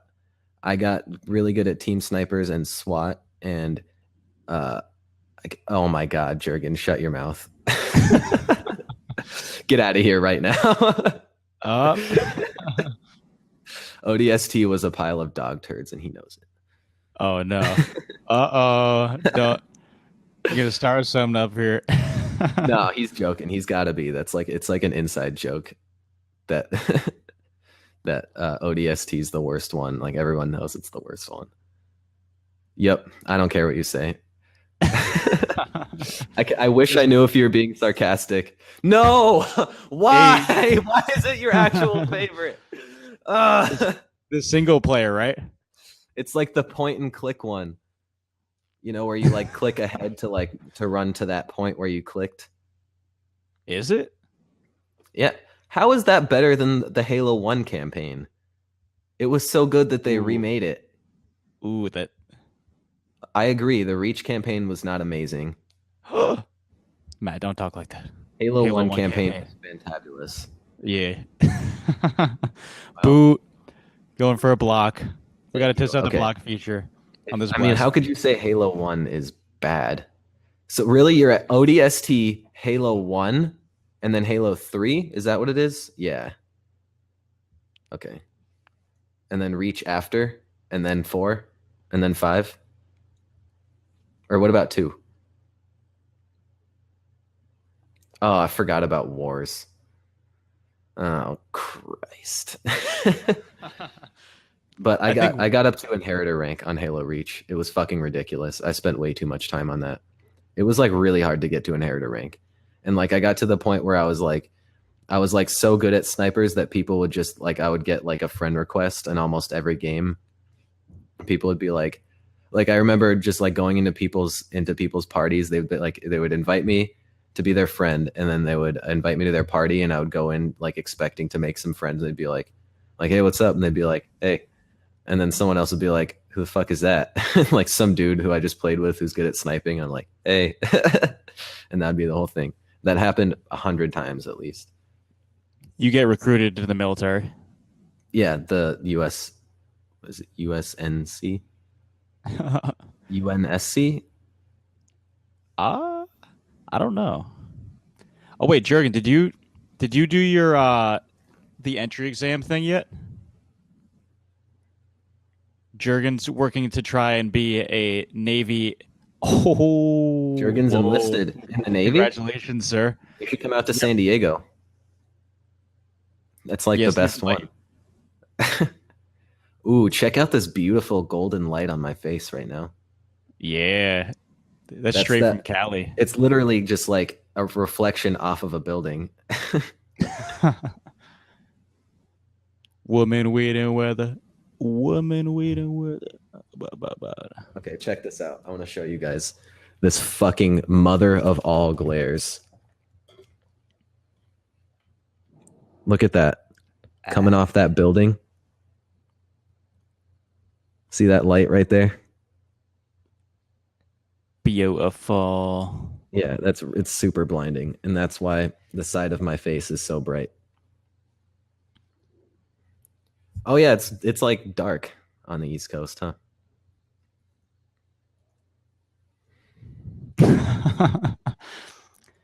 It's always pitch black in Jersey from all Oh, the here's Matt's another cloud new. machines. That's what Matt clouds. That's what Matt calls the factories, cloud machines. I got one of those. Yep. Here we go. Dude, the light A pollution here is like so it's honestly nasty because we're downtown. I when I first got here, I was like, huh, I don't remember there being 4 stars. on what? Like here in downtown San Diego because the light pollution's so bad. And like when I got here, I was like, huh, I Oh. don't remember there only being 4 stars. I feel like a complete douchebag and I'm loving it. Rocking it. Those headphones. What type are those? Those are These pretty are unique looking. these are Marley's, the Bob Marley's headphone brand from after he What? died, I think. That's awesome. Yeah, they give like proceeds to Jamaica to like poverty stricken Jamaican citizens or something. Huh, that's cool. They sell them at Walmart and they were like $25. So I was like, fuck it. Hmm. It's absolutely the way to go. Yeah, they're looking cool too. He died by stubbing his toe. That's what people say. There's like a conspiracy He theory got that shot. I thought he everybody. got shot. Yeah, there's so many Or theories no, on he it. got shot and then he recovered and then died of cancer, I thought it was. Yeah, but there's like Or is that George Harrison? Or is that both of them? probably. I I think know Bob that Marley did get shot. definitely happened to George Harrison. Like George Harrison was shot in his house and then he recovered from it and then later died of cancer. Damn. Had a good run. He's my favorite Beatle. He was a great one, dude. Mhm. He in my opinion had the best solo album after the Beatles. The All Things Must Pass. It was like I never heard that. a quadruple EP with like 4 discs. It was like my grandpa says like he basically thinks he saved up all of his best shit from the Beatles that they didn't want to use and then put it all out at the same time. Huh. He had cancer in his toe. Yep, that's what I heard. Cut it There's a off. cons- Cut off your toe. You don't need it that much. Dude should have went to the doctor. There's a conspiracy theory that he was like talking too much peace, so like the local government like put a needle in his boot or something to like poison his toe. I'm gonna wear my glasses like this now. It's working. We got to get your friends a copy of the Now You're Speaking My Language booklet. True. Let me show you the glasses I was wearing at Myrtle Beach. I was looking pretty cool. Are you gonna put your phone up to the camera? Yep. Oh no. Are you wearing your like classic pool attire with your red shirt and green shorts? No. What? There's not enough stupid ass phone. There's not enough space to go in my gallery. I have to see. What are they? Yeah, this is Matt's seen them. Matt, remember the glasses I was wearing? Yeah, Matt says he's a big fan. He says you should wear them all the time. I agree. I really wanted them. Oh, did you want to switch to Twitch? I feel like we should be playing a game though if we're on Twitch. True. I might have to just watch and talk in the background because I have to get the budget things done, and then I promised my mom I would help Kevin with his homework. Let's see. But hold up. First, let me show you these glasses. Yeah, here we go. Courses and favorites. I got the Eric Andres going on. Oh my god. Over your glasses. Yeah. I was walking around the store like that, and this one lady goes up to me. I had the tag on something else I was wearing, and she's like, "How much you cost?" And then I showed her, and she was like, "Oh, okay, you coming with me, honey?" And then she started walking out of the store, and I started laughing. I was like, "All right, bye." Bitch, I'm priceless. Oh, should have pulled it. Oh. Bitch, I'm priceless. I just pull out my rates. Like, well, depending what you're going to be using me for. You've got you mow your lawn. You've got take out. Not guaranteeing he'll do a good job, but he'll do it. Uh, that'd be good. Hey, exclusive. Oh, they left already. Exclusive deal going on. If you contribute to the Kickstarter now at any tier, you get a free T-shirt. Free T-shirt. Yeah, Jurgen, you get a free T-shirt. Congratulations. Nice, nice. What do you guys do? It's gonna be something too embarrassing to wear on public, though. Just so you know. Uh, we probably want people to wear them, right? No, it's just gonna be a giant statue dong. That's it, right on the front. It's just a close up of the statue of David's dong. That's it.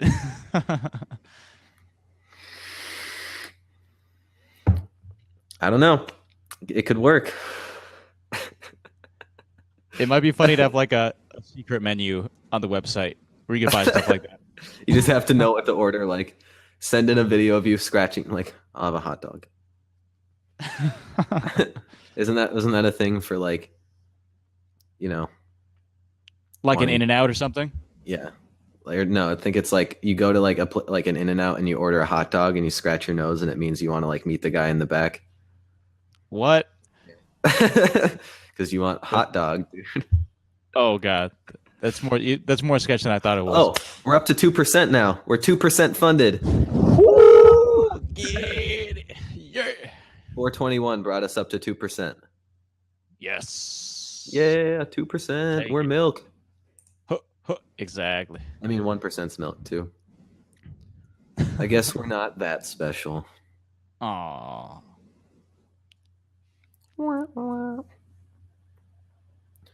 2% milk.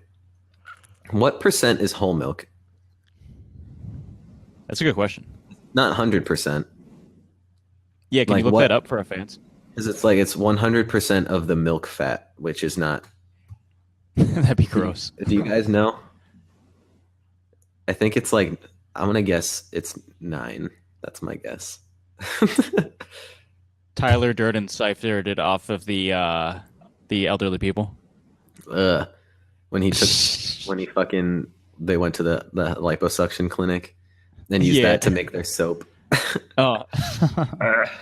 Nasty. I mean, if you think about it, that's like the nastiest, fattiest fat you can get. True. 3.5. Huh. I was very off. Thank you, Matt, for being our fact checker. How much was it? 3.5. That's whole milk? Yeah, apparently. Wow. I feel way less healthy now for drinking 2 milk. 2 milk. You don't drink any milk, though, I thought. No, I don't. Yeah. Max health. Only from those almond titties. Those vegan powers. Skim milk is 0 milk fat, isn't it? I believe so. Talking about almond milk, and I just typed in almond milk into one of the budget tiers. Stop messing with the budget tiers. They're over. Oh no, you mean the budget. Not Yeah, we make it to tiers. we make it to 10 grand almond milk for the whole team. Anybody who donates now get a free carton of almond milk. Yep. That should be an in joke for whoever, if anybody does the 7 grand. You should add that onto the 7 grand one now. Yeah, And a true. free carton of almond milk. A full meal of almond milk when you arrive at the studio. Full of almond milk and Soylent.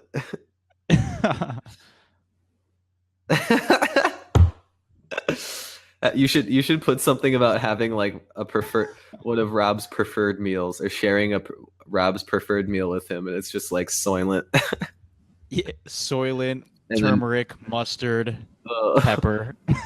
liquid aminos, and then a nasty salad that you can't even tell what's in it. uh yeah, we're not gonna tell them who the chef is. Yeah, they're nasty, Matt. I lived with him for a couple months. I saw it.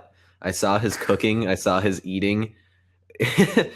There were so many nights where he would just like, yeah, they're so disturbing, dude. It's like the nasty patty from SpongeBob. Like you get that nasty close up. Yeah, that's very There's so accurate. many nights where he'd like, yeah, exactly. There's a fly in it, and there's like, yeah, you can see the wings. You can see the wings sticking out. Let's see if I can get a picture of my Shrek's swamp soup. The vein is popping out of my forehead. But there's so many nights where Rob would like try to feed himself. He'd be like trying to make food, and it would take him so long that he would just fall asleep in the process. That's true. Because he just gets sidetracked in everything. Oh, it's Look at so this. bad. Look at it. Wait, I can't see if you can see it on the camera. No eggs. See that? Ugh. That's a drink. Look at the ingredient list on that. Raw vegan meal, green tea, liquid aminos, turmeric, blackened cayenne pepper, apple cider vinegar, cinnamon, creatine. Why creatine? You put some nooch in there too? Some nooge. Nooch, nutritional yeast. Oh yeah, yep. Yeah, Good stuff. that's what the savvy vegans call it. I have a giant tub of nooch back home in New York. I need more. I'm out. Yeah, does yours? How does yours taste? Mine's like nutty. It tastes like salty nutty. Yeah, it's weird. It's all like flaky and sticks to my teeth and Yeah, stuff. it looks like fish food. Oh, Well, that's it why really I does. put it in stuff, and I make sure it like mixes so that I don't have to actually feel that on my teeth. Because no, thank you. Yeah, that's weird. The shit looks nasty. It looks like fish food flakes. It really does. And I would put that in like cereal and stuff in the morning when I make cereal for breakfast because it's not very good for you. Like, it's not a complete breakfast. It's like, at the end of the cereal commercials, they would always say part of a balanced breakfast or part of a complete breakfast. And then they show like a picture of like fucking eggs and like a grapefruit and like orange juice and milk. And then it's like, that's a complete breakfast. You have people like eating trick cereal thinking like, oh, this is part of a complete breakfast. Yeah, true. For a limited time now, if you contribute to any tier, you will get a free t-shirt. Free t-shirt. We will record your name and you'll get a free t-shirt at the end for any tier. Do you want to look fly this summer? You want a Hypostatic Studios t-shirt? Because people really like our logo. It's pretty nice. Yeah. Our logo is pretty badass, if I do say so. You're not sexy unless you're wearing it. I haven't tried French Toast Crunch. Is that one better than Cinnamon Toast Crunch? Like, what's the difference? Because I feel like that's what French toast is, right? What's the difference? Is it like maple flavor instead of cinnamon? That's what I would think. Oh, okay. I see. Gotcha. I mean, I bet that'd be really, really good. I just haven't tried it. Loving the dance moves. Woo! Did you guys see Rob's? Did you show them your dance marathon? I don't know. If Do they've seen like a little bit of it. you guys know about that? You guys know about his dance marathon? Oh my god! You want to see some? No, I don't want to see it anymore. I sat through so much of it. I sat through like your whole edit of it. Did you? You saw like You was like showed 30 it to me. You it was showed like it to 30 me minutes before you long. left Rochester. Was I just like wait, one more song, it's one that more one, song, it's that one. like 30 minutes. There's just random people in the background. You could see them like looking at it. And he just doesn't care. I just shoot them a look. Trying to join in. Yeah, right. That was so much fun. Who else but fucking Rob? I'm so glad I know you. Thank you. Same. Oh my god. We make quite the hypostatic studio. Yep. You guys did he tell you about like how he and I met? Rob is my Kramer. He Oh is yeah. he's a literal he was a Kramer in my life. He lived right next door and he would just bust in the back door all the time. I mean, he's got the hair for it. What The crazy hair. I mean, I can do the Kramer hair too. Those are classics. But yeah, that was fantastic. I'm so glad you did that. So Maybe glad you busted in. yes. How did we meet? It was because we were stoop smoking, right? Yep. Uh-huh. And that's what it was. Fellow stoop kids on the block. Kids. You guys like Hey Arnold? That's where that's from. Stoop kids. And it's just funny how stoop kids are like an actual phenomenon. Abner. What a name. You know, that's the first name of the guy who invented baseball. Oh. Abner Doubleday invented That's baseball. weird. That straight up sounds like a Bond villain. Abner Doubleday? Yeah. I mean, to me, it totally sounds like the guy who invented baseball, doesn't it? It does sound like a guy who'd invent something. It was like in the Like 1800s. people who invent stuff have the weirdest names. Or 1700s. I believe it was like right when the country became a thing. It was like a pastime. Right when the country became a thing. Is this a thing now? America? Is that like a thing that we're doing? You got me watching the clip when the chick walks into the gym. Oh, you're watching it now? Yeah. I got We should put distracted. that up on YouTube. We really should. How long is it? 30 minutes. Oh, that's not bad. Not bad for a Robert edit. Yeah, well, exactly. For some, Oh how my long God. were you actually dancing though? It wasn't it like hours? Yeah, it was like 6 hours. Holy shit. Dude, I can barely even like sit down for 6 hours. Like I can barely like play video games for 6 hours. But just to dance, you're probably sweating your ass off. Yeah, I don't know. I could tell like towards the end that you were like starting to lose it and you were moving less. Yeah. I was on some feels that time. That was a marathon. Oh, I thought you were gonna say Adderall. No, not that time. Time I That did was that, the- I threw up. I the tried to other do that dance for a marathon. test. I puked. Yeah, I never really got the whole Adderall thing. It's not. I think it's because I have ADHD. It like makes me calm.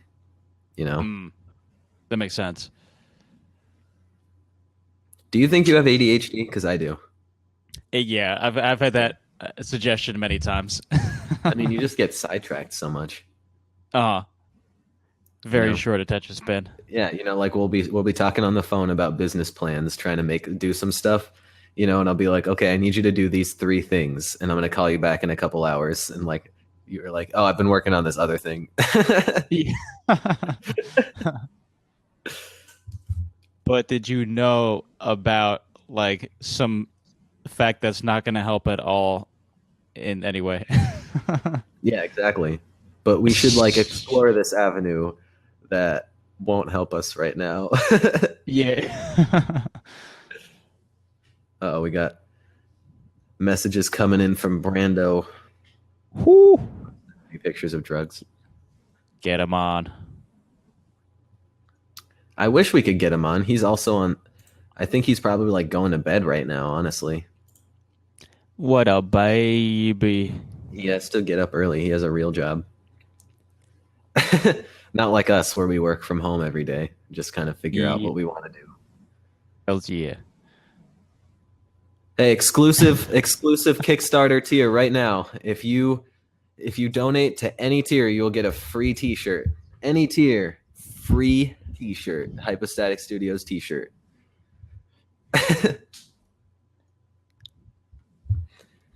Do And it. that is up on the $75 tier. So otherwise, you'd have to spend $75 to get that T-shirt.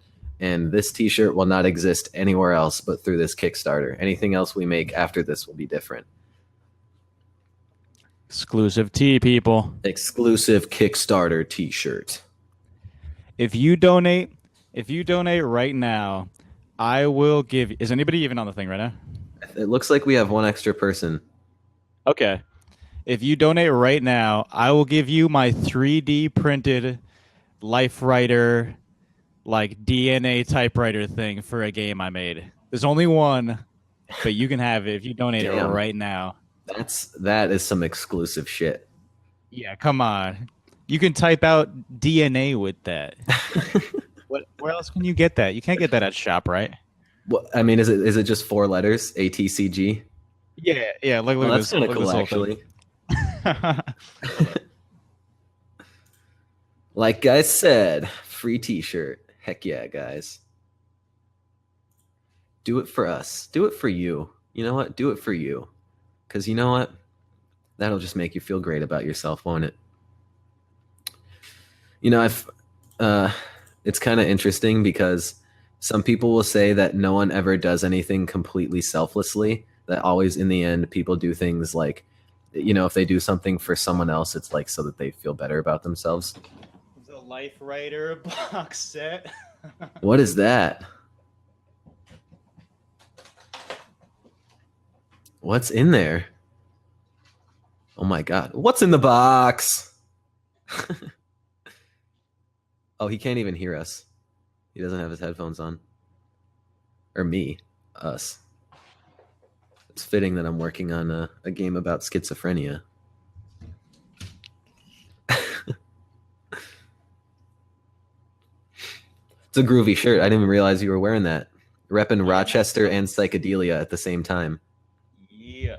Mastodon. They were awesome.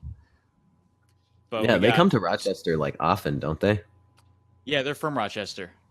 Well, I mean, yeah. But yeah, me and Pedro brought a blunt for them, but they were with their mom and grandma after the show. Right. You said that. Because, I mean, that makes sense because they're back in Rochester. It'd probably be like more of a family show, huh? Yeah. But I did get to talk to the drummer beforehand, which is pretty cool. He was chill. I got to sing along with him during the show. That's pretty sweet. Here's the Life Writer typewriters. Look at these little things. Okay. Get this. If you donate, you heard him. Donate right now. Next donor gets that. Plus a t-shirt. Holy shit. And you could just donate $1 if you wanted to. That's a crazy deal. I'll send you a Life Writer card. Not matter, Jurgen. Look at this. You already got your stuff. Amiibo sites. I think we had some theoretical nucleobases, like P and Z, I think. That was a game you made? Yeah. We had I always forget how game design is so much more than video games. Yeah, they make us do all analog things, web design. I mean, it kind of makes sense if you think about like the way a game plays through and how, you know, how people react to things and what the fun parts of games are. It makes sense. You gotta be good at mind control. Oh. No, so we should ask Matt and Jurgen what they think about this. So if you get brainwashed, right? And then you were like in the process of, you know, getting rid of that. First of all, is that possible? Or second of all, is that also brainwashing? Or is that like reconditioning? Because I feel like if you're doing the exact opposite of brainwashing, that would still be brainwashing because you're changing someone's mind, right? That makes sense. I don't know. But then how would it be the opposite if it's the same thing? Huh. You just got to do the positive side. Brainwash them. Indoctrination, yeah, I agree. Mass Effect style. You got to explain that one to me. I never played Mass Effect. You got to pin them on a giant pole, right? Pole position. Get into pole position. Yo, did you hear the vaporwave version of Prayers Triangles? No. Dude, that sounds good though. There's a Comtrues. You know Comtrues? Yeah. Oh, he covered that? Yeah. What? That's cool. It's pretty cool. I mean, like it makes sense. That whole album Gore is like all, electronic. Mm. It's a Chino album. I love M83's cover of what's the ones where like guns, razors, knives. Oh, Rocket Skates. Rocket Skates. Yeah, the M83 cover of Rocket Skates is awesome. Do you guys like Deftones? Matt and Jurgen? Oh, you subtly. Oh, so it's kind of like Inception. You're like incepting a thought into someone's head, right? Just like placing a thought. You never heard of Deftones? They're cool. They're like they're still around now, but they're sort of like 90s like new metal, like alternative metal. They were sort of I think they were on the same boat with Limp Bizkit for a sec, and then they completely took a different turn. Like with that whole like metal, but with sort of like rappy rhythmic lyrics. Usually, if like people who are a fan of them are also like, have you heard of Tool? Usually, people are a fan of Tool, Deftones, Alice in Chains, like all those. Yeah, so you might like Deftones, especially because I feel like Deftones, like Koino Yokan and Gore, that are like really dreamy and more electronic, and they go for more like airy, wavy vocals. Yeah, I feel like Koino Yokan is like if metal went sci-fi.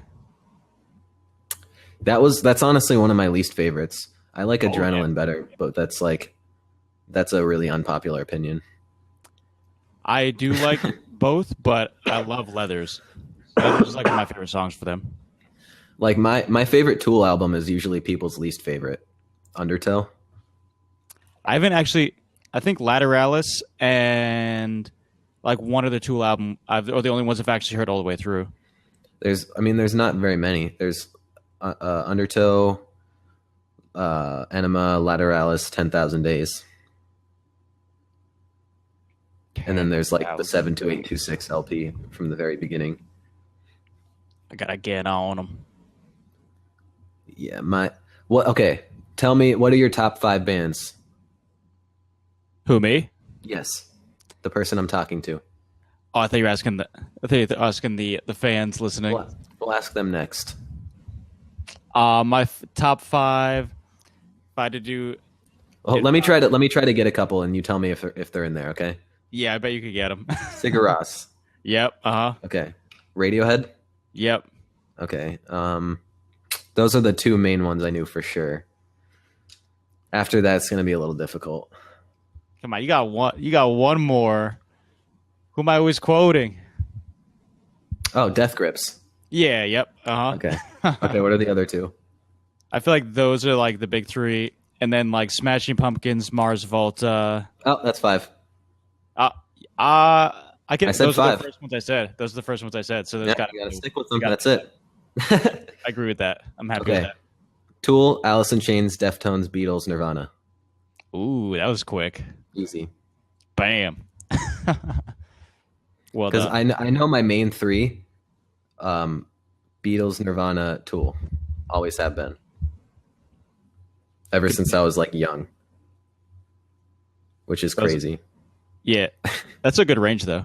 You've got like the full, like hardcore punk side, and then the full psychedelic side, and then right in the middle. Well, I mean, the thing is, you have to realize that no matter what, everybody is influenced by the Beatles. Any rock band is influenced by the Beatles. You can like really even clearly see it in Nirvana with the way they structure their songs. Like, they're not like super musically talented, but you have to be able to just see the merit in being able to take just these really noisy chords and turn them into, pop rock iconic songs that changed an entire generation. And like musically, as a guitarist, Kurt Cobain was not amazing. But he made really cool sounds and moods and had a creative approach. Exactly. He started up, what is it? Frances Farmer. You know that song? Frances Farmer Will Have Her Revenge on Seattle. It starts off with like the first like 10 seconds, the chords are indistinguishable and it's all just noise. I'm gonna check that one out because Nirvana definitely had a big influence on Akira Yamaoka from Silent Hill. Francis the Farmer. It's just Francis, like Frances, like the old actor Francis Farmer. Her. She was grumpy. Ah, no, not a Francis Farmer documentary. I don't care about her. You know, he named his daughter after her. What? Frances Bean. That's nuts. Where'd the bean come from? Because when they looked at her sonogram, he was like, "Oh, she looks like a little bean." That's awesome. That's what that is. That's what that's from. But dude, she's really attractive now. Check her out. Kurt Cobain's daughter. Francis You know who else Bean. is really attractive? Cindy Lou Who from The Grinch. She's in a band now. That's She's in a pop punk band. Her name's Taylor Momsen. She's in a pop punk band called The Pretty Reckless. And she's the singer. She's really both of those women are very attractive, powerful women. Yeah. Francis Bean Cobain's rocking it. Yeah, dude. She's got that look. She looks like him. It's so crazy. She does. She does look just like him. You got the jawline. I'm so glad she got more of him than Courtney Love. Attitude-wise, though, did she get any of the psycho from? No, I've heard she's like really nice. But like the one thing that was like they asked her what kind of music she listens to, or they asked her if she likes if she likes Nirvana, and she's like, well, you know, I'm actually not a huge fan. She said she likes stuff like Oasis, and I was like, oh my goodness. That's a burn. Hey, for a limited time now, if you contribute to the Kickstarter to any tier, we will send you a free t-shirt, no matter what the tier. So keep that in mind if you are looking at possibly contributing to our Kickstarter. Thank you very much. Think about it. This is a special live stream only deal.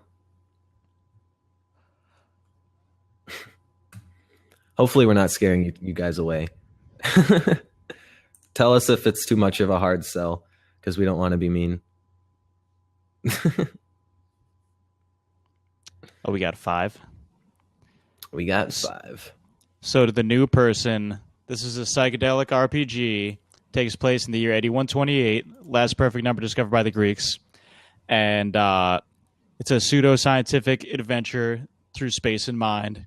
You get to immortalize yourself inside of a psychic cyborg called a stratostatue, and you meld minds with the other players and go out into space, go inside and outside the minds of some very surreal creatures, and we'll teach you about all different types of esoteric concepts like piezo ceramics and quantum superfluids, because they're turning everyone's brains into soul solvent, because superfluid helium, when you cool it to absolute zero, it overlaps to act like one giant particle, and it kind of stops obeying the laws of gravity and has a bunch of really unique properties.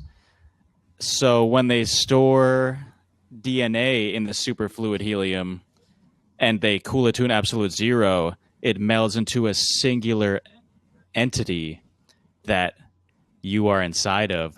So you're going to have to meld minds with these people, and it's going to be crazy. Wow. So you just got to buy it and find out, all right? Not as crazy as Rob. You listen to this guy talk. That should be a pretty good indication of how crazy this game is going to be. You want to meld minds with me? Hop in. He makes up words, and he combines them into like real science things. And he combines pseudoscience, he combines real science, he combines fantasy science. Gibberish. Like, it takes a really, really creative, interesting mind to connect all of these things in the way that he has. And thank you very much. I think it would be just such a travesty if people could not see it. There's such a lack of creative content nowadays. I feel like people just try to follow a formula and like, this is what's going to make us money. We make, We make a battle royale style game. That's what's popular. That's what's going to make us money. Let's do that. You know? And it's just like I feel like the artistry is so gone in video games. Because back in the day, people were just trying to make something different. You know, because video games were so new, and everybody just wanted to make a different type of game. And now everybody's just trying to follow trends. So at this point, I think what we need is something like this to just come on, and it's sort of like a democracy within a game. Like people can come on and you really what the aspects of the game that people tend to like more, and we'll put more of. It's that easy. Mm-hmm. We just we're trying. We want to put as much of people, as much of the people in the crowd into the game as possible.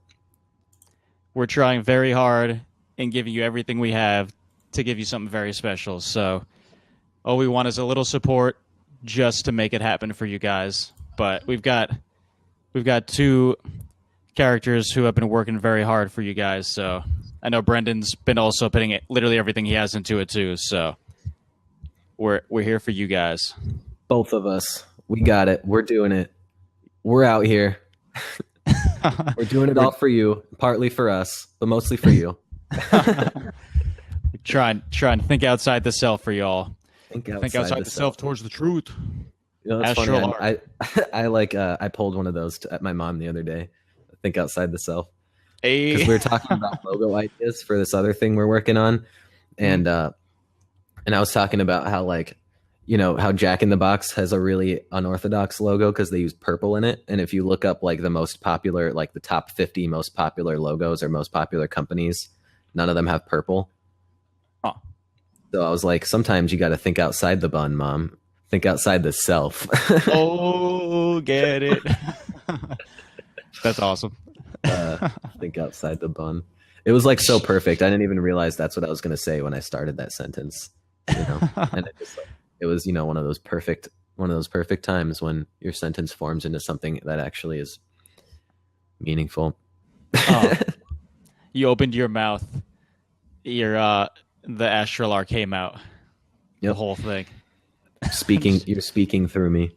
Yeah. Think outside the bun.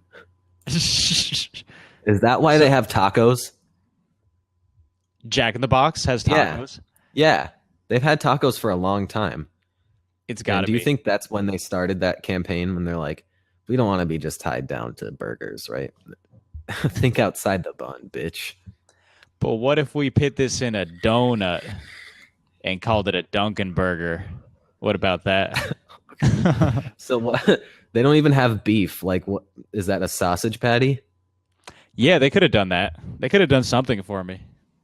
But the funny thing is, though, working at Tim Hortons, this older guy came in and he straight up asked for a hamburger, but it's because he looked up and saw the sausage, egg, and cheese sandwiches and couldn't read it. And he thought that they were burgers. And I don't think he really quite knew where he was, to be honest, or what sort of place it was, because we're sort of along the New York Thruway. So some people just stop to get gas and coffee real quick. Yo, I think that was me from the future, though. I'm pretty sure that was me. Just wandering in. That guy. He's like, I'm going to... Right now. You should have been like, I'm going to meet you in a few years. That was when I was 16. That's some true time travel action right now. Way back in the day when I was 16. Well, 5 years ago. Whole new world. Yo, are you guys still here? Jerkin and Matt? I see we have a new friend, Darren, with us. Thank you for joining us. Thanks, Darren. Give us a little shout out in the comments. Do you have any questions about the game? Anything you'd like to know about us, about the game, about the future, about my favorite color, maybe my favorite book or something. I don't know. Ask me whatever you want. Is he in the chat? Look at you. Oh, Matt's tapping out. Well, thanks a lot, Matt. Thank you for coming in, and thank you for the donation. Yeah, thanks a lot, Matthew-san. Fantastic. And you'll be getting your free t-shirt. Woo woo. Thank you, Matthew-san. Hell yeah. He's shaking. I can barely breathe. Reminds me of Stevie from Malcolm in the Middle. I can barely breathe. Matt, I'm gonna hand dry your shirt too, so you know it's gonna be good. We'll get you some puffy paint markers. We'll go to we'll go to Michael's. Donation. Are you offended because I called you Stevie from Malcolm in the Middle? Stevie's really smart, man. That's not. Not even drawing No. a shirt, just because I'm gonna draw in general. Don't let him touch that shirt. No, that's. Do you want me to do it since I'm the art director? Would that be better? Would that make more sense? Or am I? Okay. Nice. All right. All right. Get a signed copy. Yeah. We'll hook you up, Matt. Don't worry. Matt, can you show us some of your art before you go? Because I'm a big fan. Give us a link somehow. What? Everybody wouldn't like loves it. It's great. Capital LOL. It's amazing. Damn. Threw the capital in there. It's like if Picasso had gone to art school. If Picasso had gone.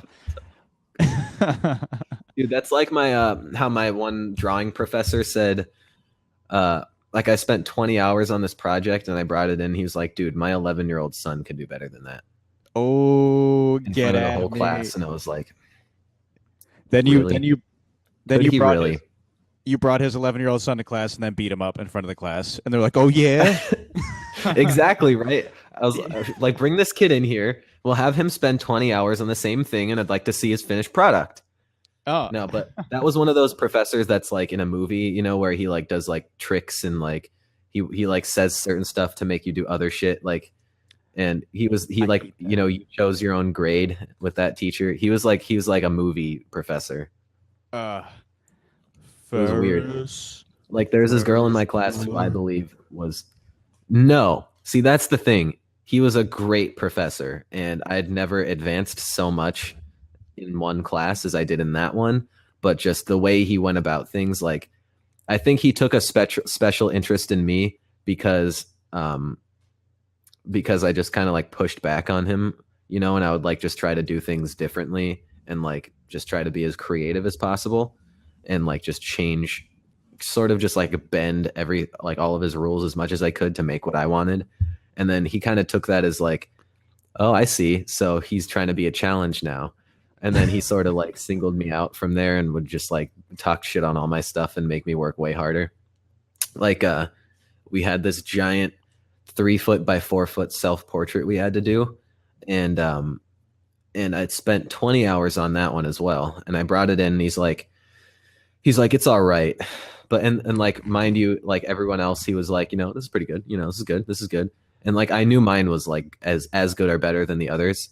But I think for some reason he was just like talking shit. He's like, this is decent, but I think for you and me to both be happy with where you're at skill wise, you need to spend more time on this. So then I come back with another fucking 10 hours on it. And he's like, you think that's done? And I'm like, yeah, I'm pretty much done with it. I'm like, I'm not going to work on it anymore. He's like, all right. And then, but yeah, way at the end, he's like, so what grade do you think you deserve? And I said a C. And this other girl who definitely deserved way less than me got an A because that's what she said. Because she said A? Yeah. Because way at the end, like, who did like these single final critiques of all your work. And he was like, well, what grade do you think you deserve? And then he would just send you off to go home right there. So you couldn't go back into the class and tell people that you're choosing your own grades. That's funny. Yeah. Dude is crazy. I'd say I don't deserve to be in your class and the teacher would Nah, that's not the kind of guy who would report you though. That's the kind of guy who'd be like, stay after class, let's talk. And then you'd have like a life-changing conversation with him. That's the kind of professor he is. He's like, the way he goes about everything is just like the worst possible way, but like he just had the best results somehow. But he's a really interesting dude. You were never one of those kids to cause problems? Like that was Rob then. I see. Are you talking about the water bottle detention? Oh, All that right. was where Tell him. people Tell me. that was just where Domino, like this like wannabe, like he was like an ex-cop or something, and he was trying to like bring his skills to the lunchroom. So he's Oh like, yeah. all right, if anybody shoots another damn water bottle again, you get It's the caps. detention for 2 weeks. And then I was just Like sitting the bullshit where you like take the water bottle and like twist up the bottom and like yeah, do the and thing on the cap. we were like sitting like right in front of his desk where he sits, and I was like, hey Berto, hey Berto. And then it actually pops off. And he's like, Robert, 2 weeks detention. You know, do you remember? Did anyone at your school ever do those paper hornets that you'd shoot at people? Yeah, Yeah, you yeah. like fold them up into those like really tight, uh, like long pieces, and then you fold them and put them on like a rubber band and shoot them. I hate those. One time, one time we had a sub in my science class, and we were all just fucking around. And it was like at my school, it was zero tolerance. If you get in trouble with a sub, you get Saturday school. So, Ooh, but that's like I fair. definitely what I did was worth Saturday school anyway because I accidentally hit her with one. Oh no. Like she like I was trying to shoot it at the board near her because I was an asshole, I guess. But I tried to shoot at the board near her, but she like turned around super quick and like it hit her right in the head. Oh, She's like, "Who's that?" And like they didn't realize it was me until the real teacher came in, you know, 2 days later, and she's like, "Yeah, so I heard that this class was terribly behaved. What I'm going to have you guys do is I want everybody to write on a piece of paper who was the one doing stuff, That's and really then funny. and then you fold them up and pass them up." And then she just read through, and after like two of them, she's like, "Brenden, come here." That's hilarious. I was You like, got "What? voted You off didn't the even island. read mine.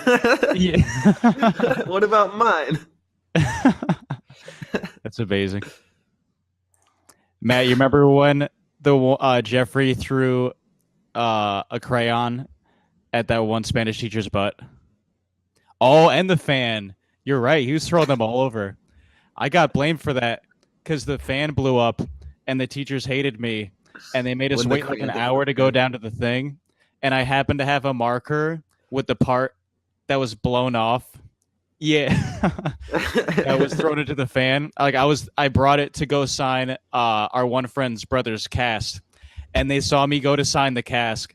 And then the teacher was like, "Oh, I see what's going on." I was like, "God damn it. I didn't do anything this time." I Yes, don't care. I don't care. We don't care. that was like half the time. I didn't do it. Me and my parents discussed like I was like a well-behaved kid until I got blamed for everything. So then I decided to be the bad behaved kid that they thought I was. Dude, I mean, why not? If you're gonna be getting in trouble for it, you might as well have some fun. Exactly. I was the That's why opposite. we like I fuck was it. just an asshole, and I was just getting in trouble all the time. So Yeah, why not? Remember, Matt? Remember when Michael Bender? He was like a mute, and the one art teacher would always be like, "Michael." He'd be like sitting there with like no friends around him, and just like, "Michael, shut up." oh, was he actually like a mute? He couldn't or didn't talk. No, he just didn't. He just wouldn't be doing anything. He was I like the see. nicest, quietest kid, and this teacher was just insane. One time, she threw an entire box of crayons on the floor, and to the one kid, she was just like, "Pick them up."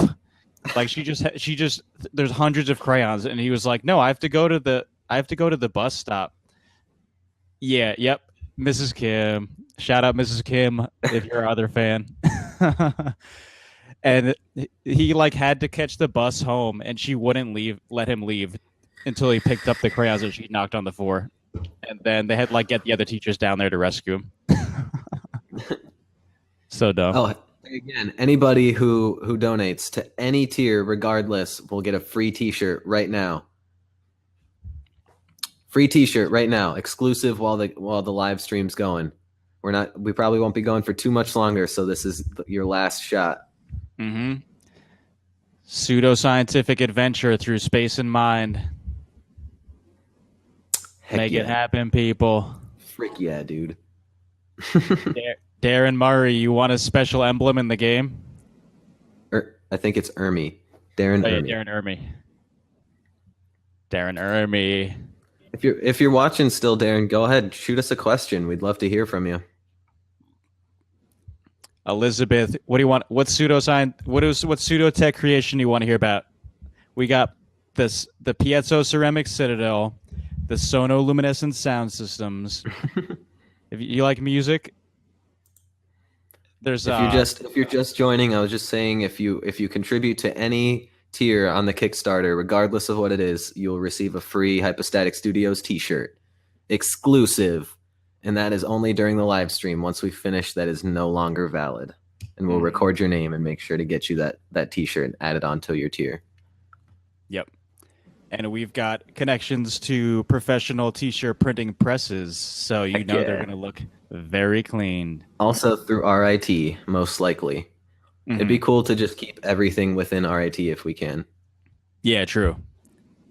Magic Center, check them out. They're going to be the tech hub of New York City. They're looking to take over the gaming scene of New York, like the government's Of upstate New York, at least. State is giving them millions of dollars, and they just built a whole new VR high-tech studio with motion capture devices and everything. It's pretty crazy. They've got tons of stuff. I haven't even seen their new building yet. Yeah, it's opening up this semester. Yeah, right when I go back, it'll be open. That's awesome. Yeah. You got to check that out. Yeah, it looks like we're getting a couple more new people in. Glad to see you guys finding your way in. Thank you, Elizabeth, and thank you, Darren, for staying, and Matt and Jurgen, of course. Our Packers. So why don't you go ahead and explain something like what was it that? What do you know about Jungian philosophy? I know about his ideas of the subconscious, and Matt Singora knows he's a big influence on the Persona game series. So they talk about his ideas of your true self and things like that, your doppelgangers, and we could look up more of his terms. Carl Jung, right? Yeah.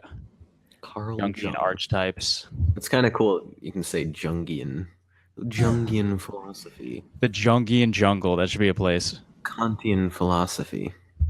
Yes, the Kantian cage. Or we could call it the Carl Jungle. Everybody's Carl from Jimmy Neutron. No, because it's Carl Jung, Carl Jungle. Let's see. Yeah, but in the game, we go into Kantian ethics because there's a psychopath that you have to meld minds with, and you have to build an ethical structure inside of his psyche in order to kind of contain him, because he's created his own control structure out of mental illnesses. So you go through the game, and we actually simulate. We worked with the psychology department to learn how to simulate some of the mental illnesses, such as schizophrenia, bipolar disorder, disassociation, anxiety. Yep. So we try and teach people a lot of the positive and negative attributes of psychology, and just go into that and relate it to ethics and science, and through the ideas of how every person's mind and what they say affects the transhumanist timeline, because sound is very important to the formation of the astral arc, which is going to guide humanity. So all the players' internal dialogue and how they play the game. I thought you were going to go a different direction with that. Like, sound is important in schizophrenia. Oh yeah, sounds very important in schizophrenia too. Like the one boss of that level is the schizophrenic spider siren. We lost Elizabeth. But yeah, the boss of that level is the schizophrenic spider siren, and she's a musician that grew up by the sea, and she was always used to hearing the sounds of the ocean and things like that. So it was very calm, peaceful sounds. But then as she developed schizophrenia, all of these other voices kind of rose out of the ocean of her subconscious and haunted her, and she channeled them into her music. But and it drew her a lot of attention. But as she grew more sane and she kind of fell out of the public eye, like her fall from fame, kind of, and her pregnancy and her delving into drugs, kind of had brought about a downward spiral, and we go into the control structures that kind of facilitated that and used her. So we go into like control structures too and aspects of society that are set up incorrectly and some ideas on how to correct those and things like that, and the importance of kind of fostering people with these mental illnesses and trying to get everybody in the human race to the finish line. So that's an idea. Yeah. It looks like we just shot up a couple followers. So if anyone is just tuning in, we're offering a special deal right now. If you contribute to any of the tiers, you'll receive a free Hypostatic Studios t-shirt. And that is during the live stream only, and we will not be on for much longer. So, Oh, we got a question from Darren. Sure thing. Here we go. Let's show the question to the audience.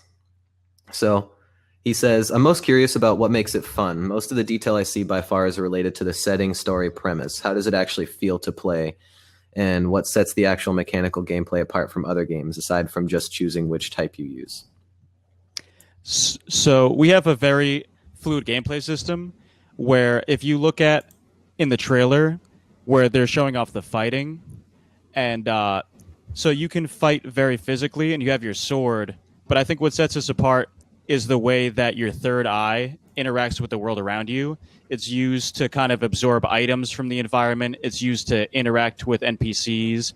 So there's kind of like this constant stream of thought that you can actualize from your character's third eye. Every single one of your characters has a third eye that used to interact with the world around you. So you're kind of fighting and interacting in physical space and in a metaphysical space. So I think that really sets us apart, kind of that duality, and having both elements be very fun, and having the metaphysical space kind of being packed with mini games, so that when you do connect with an entity, for instance, if you're going to hack into their brain and you're trying to do damage to that brain, then you're going to have to make it past their mental defenses.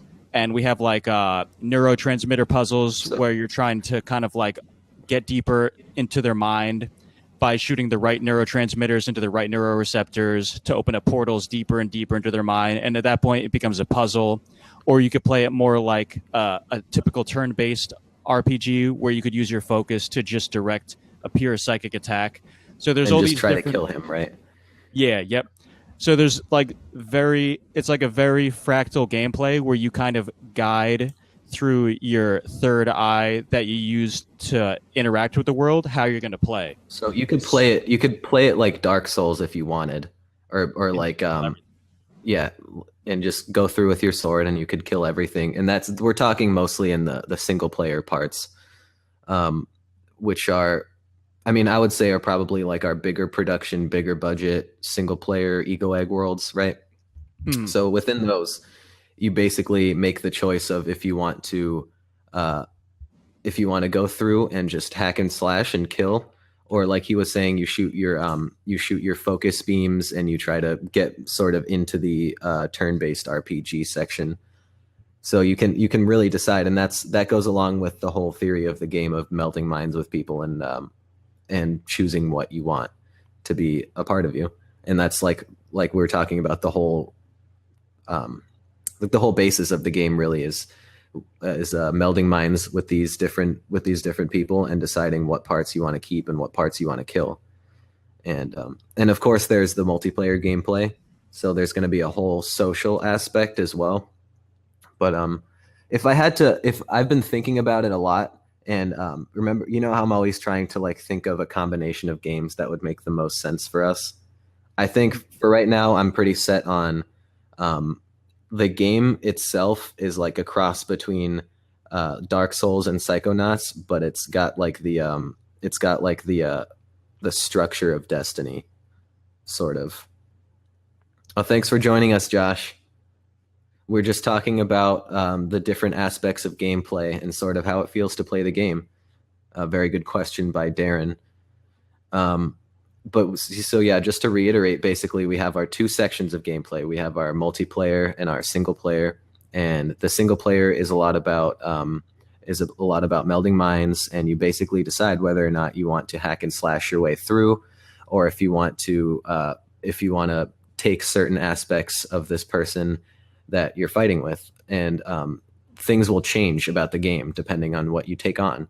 You might like sort of, if you go the sort of hack and slash Dark Souls route, you'll probably sort of turn darker and more shadowy and more red and stuff like that.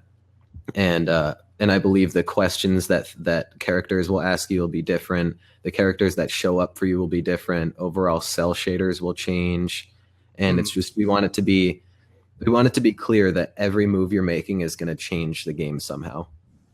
Yeah, you're in a water memory world formed from the data of the mind that you're melding with. So if you react hostilely to the entities inside of that mind, called internal effigies, because an effigy is a representation of something that is destroyed to represent that ideal. So since all the minds are being melted together and kind of dissipating in this soul solvent solution, the way you interact with the world is going to determine the outcome of the actual world itself. So, and it also changes who you are, because the world you're in is also yourself, because you're melding minds. So it's like very metaphysical, and like a third eye beam comes out of your eye and kind of guides you through this fractal, multivaried, multifaceted gameplay experience. And Yeah, I believe part of it's that is in the trailer, right? Yep. So you could see the third eye gameplay system at, let's see what time it is. At what Is time at in the video? it is at 3 minutes. The guy uses some red thought bubbles, which will do damage if you can get them into the enemy's third eye. Every enemy is covered in third eye, which you can use as either damage points. Those can be either their weak points, and those can also be their access points. So if you shoot a blue thought bubble into their third eye, then you'll build up hypostasis. And when you enter hypostasis, time freezes and the water memory world around you dissolves, and you enter a shared psychic space that is very intimate and you're deeply connected. And that's where kind of like your DNA markers are detached, because those are the things that keep you stable as an entity inside of the water memory world. And you meld stats, and you can kind of like gamble your stats to become more like the enemy, or to use your stats to destroy the enemy if you don't believe in what those ideals stand for. So yeah, there's a lot of different elements going on. If you have any questions for us, Josh, please let us know. Throw something in the chat or in the Q&A. Like, okay, see what we got, a new question here from Darren again. Do you expect at some point during the campaign to post more of gameplay video, less trailer-y, with commentary to show the flow of the game? Yeah, that's the main thing that we're trying to get funding for. Is, I think our weakest part is probably certain parts of our RPG gameplay, and that's, one of the things we really want to show, but is sort of lacking. So we that was, our question is, do we show a less finished thing in the trailer?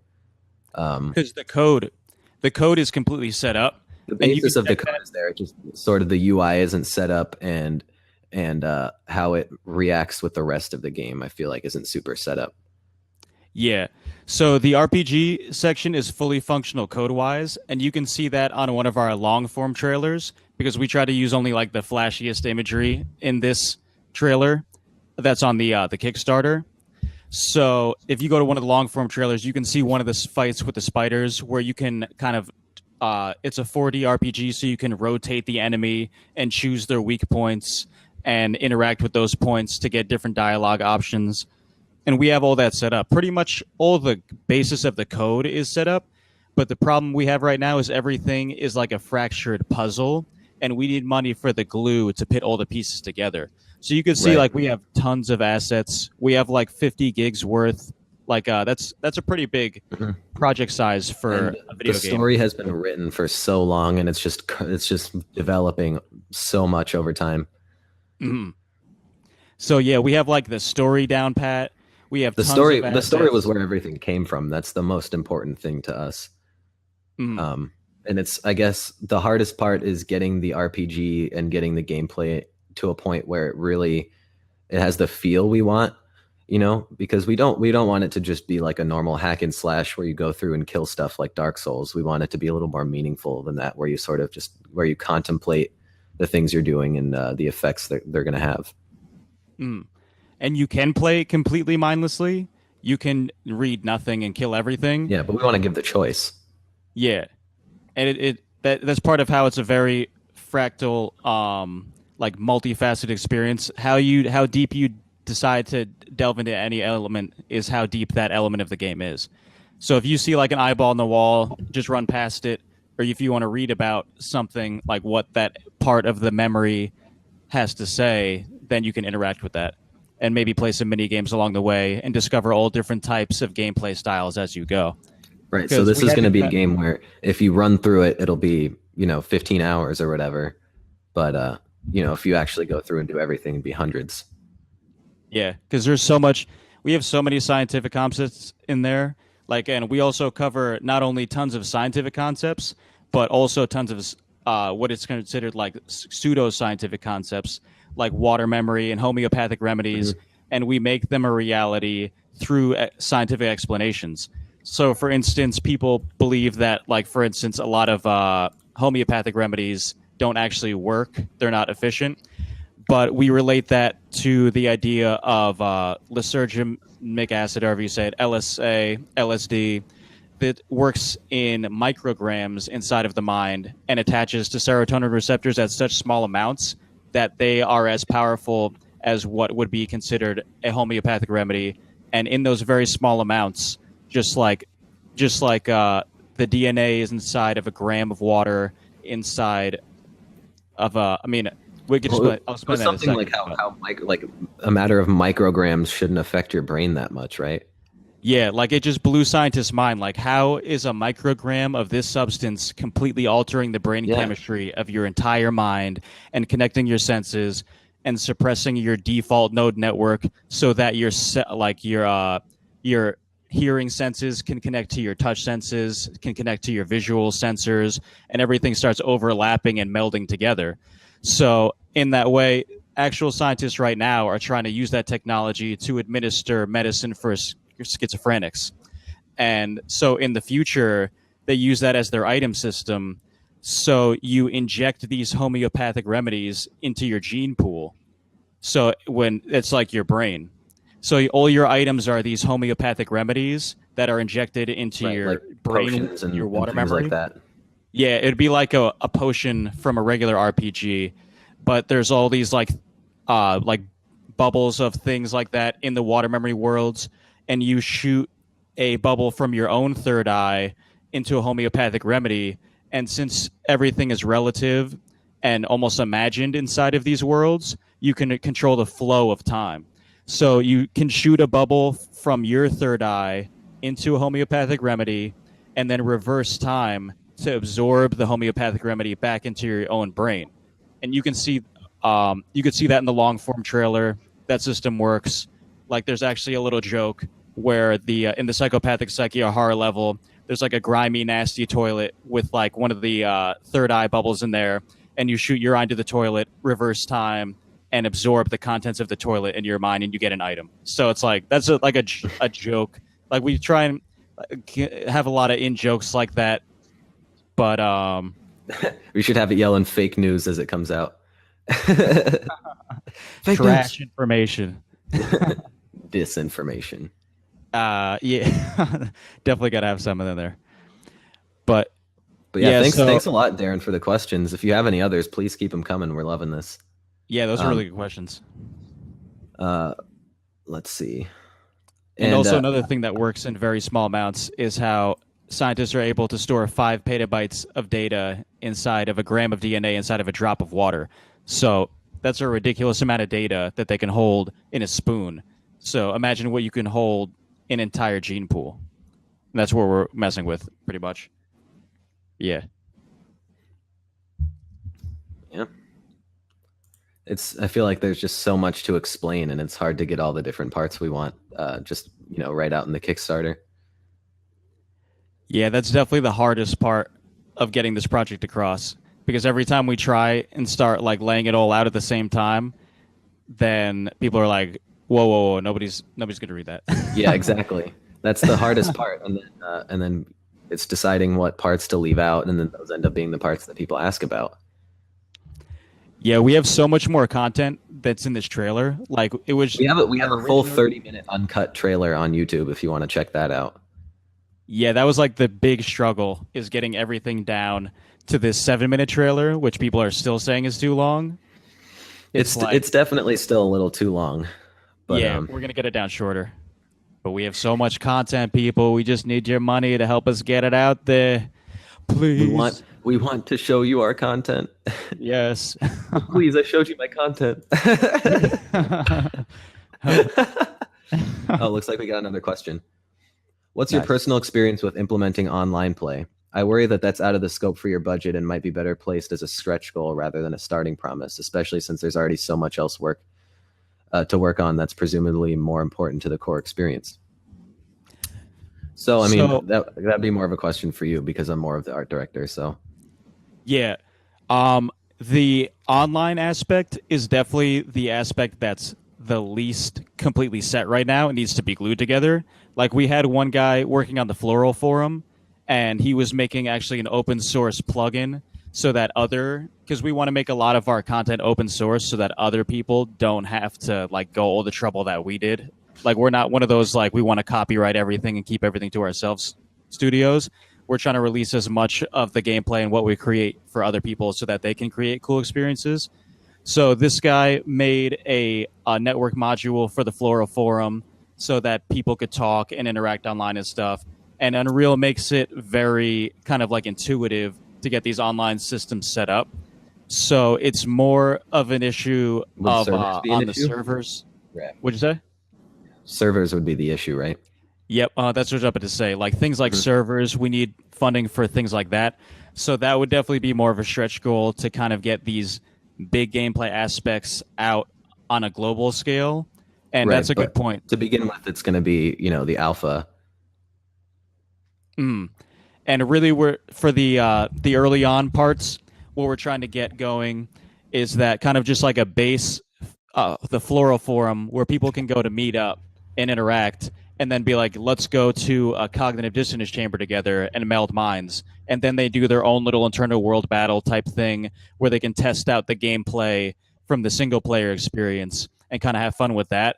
And then as we build as a experience, we want to have things where you can go out and explore planets together because we have all the vehicles and stuff for that. You can see in the trailer we have like the aesthetic automatons and The the marble marble mechs. mobiles. Yep. Yeah, those are your like cars and your airplanes and things like that. So we have all those things, but we just need the resources to try and get everybody hooked up in that way. So we definitely have the people with experience, and also Tiago Martinez is kind of his specialty is networking. So he works with online modules and stuff like that, and he helped us get set up with like source control and working with Perforce, which was initially kind of tough, but we've learned a lot about the online aspects of these things. So it's really a matter of funding at this point is our main But, issue that we're encountering. but multiplayer on a global scale or on a mass scale, I feel like it will be a challenge. And more like you said, a stretch goal to get everything online that we want to. There might just be Right. initially some basic elements like like I said, like testing out the gameplay on each other, having fights, and kind of gambling your stats in the process of that, and then maybe going to the bust to bust fight club and like beating each other up. So it'd be more like fun little things like that, but we want to eventually branch it out more and more into Right. We're not going to experimental have any educational elements. matchmaking or anything to begin with. It'd have to be more closed circuit, like you and your friend meet up and do a mind meld together. Yeah, so that's something we have to go over the specifics, but we are fully planning on having some sort of multiplayer alpha out, of course, for all of our Kickstarter backers, as well as um, some single player alpha action going on. Okay, Yeah. here we go. Got another question from Darren. So on the servers aspect, how would continuing costs like that combine with the free to play aspect? Will there be aesthetic things to buy that don't affect gameplay to continue gaining funds or something else? So our main thing is we're going to make the multiplayer free and we're going to make our single player episodes paid. So that's mostly in our business model where we plan to make money, but um I think we're sort of also going to have like we'll never be pay to win. I think both of us Mm. are just kind of against the whole idea, but I think we'll probably have some skins and things like that. Um, as one of the reward tiers, you actually get a custom skin. So things like that, maybe special skins would be something we'd add on later on. Yep, exactly. Yeah, mainly aesthetic things right now, like Mhm. special emblems and kind of like what's it called imaginary armor things, like soul solvent swords and strata shields and things like that. That kind of are more aesthetic, but as Brendan said, not play to win. Yeah, we never want to be play to win. That's kind of ridiculous. Yeah. Um, but I think for a while, any of the extra weapons you have or any of the add-ons you get won't mean a whole lot because we won't have any sort of matchmaking yet. It would just really, I mean, a lot of these are specifics that we would have to sort of figure out while we're developing, honestly. But but yeah, we're really following the avenue of having these items and weapons and armor and things follow over between the multiplayer and single player and how they're going to affect each other. Mm. So But I'd say definitely what we have more fleshed out is the single player aspect, and then a lot of the assets and tools to create the multiplayer experience. But we need the funding to our set up the final pieces. our first episode is mostly done, right? Yeah. Uh It's huh. Yep. pretty much done. And then Yeah. what episode 2 is it's pretty well on its way aesthetically at least. Hmm. And then the multiplayer is will need some work. Yeah. I think aesthetically it's all set up, but just as far as the mechanics and like we were talking about servers, things like Yeah. that. And we want to experiment as we go with like the Bus to Bus Fight Club, from making it less of a button mashing experience to more of at first more of like a fight night, like more intuitive control scheme where the amount of pressure you put can help determine your punching and things like that. And then How would you eventually, control if we that on could, how would you control that with controller and mouse? with a mouse, it'd be more like use your mouse to swing the punches and things like that. Hmm, And that's interesting. eventually we'd want to do because the Magic Center, the people that we work with at the Rochester Institute of Technology, they have tons of motion capture and VR equipment, and we want to be able to make it so where it feels like you're actually fighting, like with Yeah, your actual bodies. I mean VR is in the cards. That is something that we definitely want to do. Um, Mm.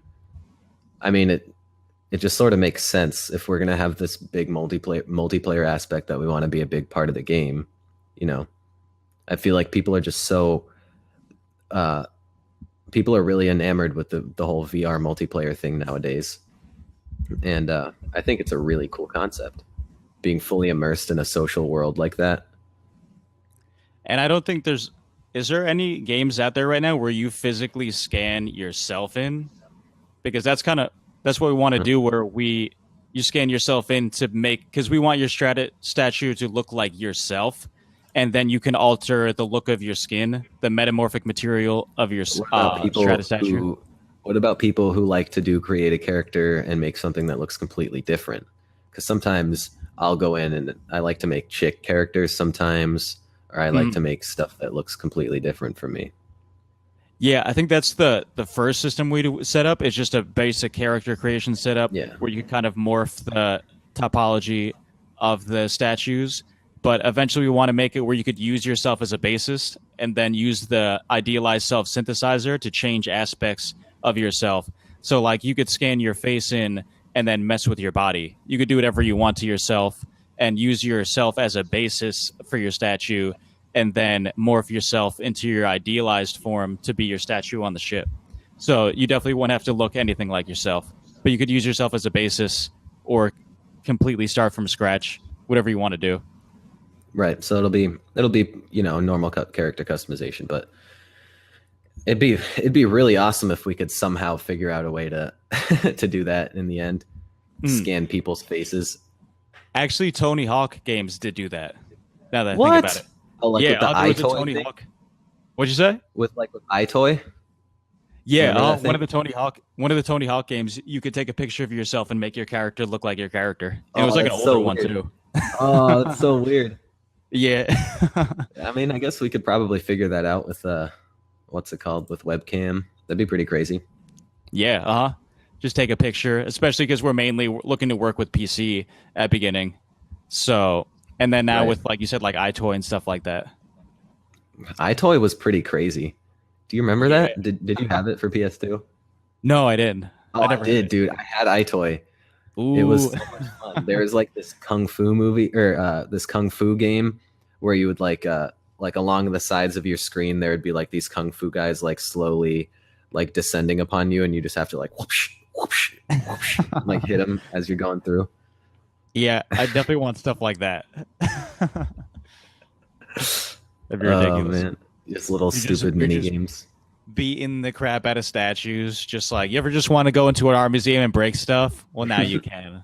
We're gonna As realize I'm that sure you dream. see, we like to brainstorm at any given point in time, and we're always looking for new things to add on to the game. But Mhm. yeah. So what do you think, Rob? Are you about ready to wrap it up here? Yeah. So, what are you thinking, Darren? You liking the game?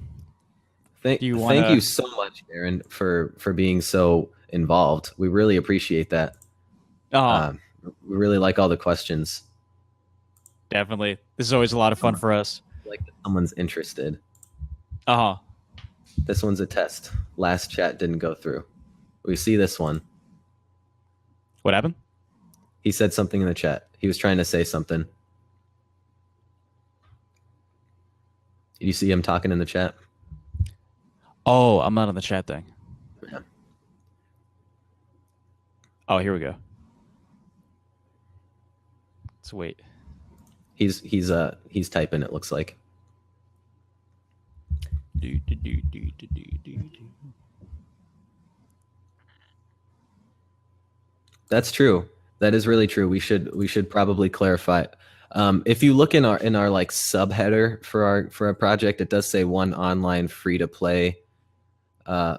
Like, so we do talk about how the online part is free, but I guess we should make that more clear, because you're right, that does bring a whole new thing to mind. Someone sees free to play for online, they're like, let me take that. That's a very good note.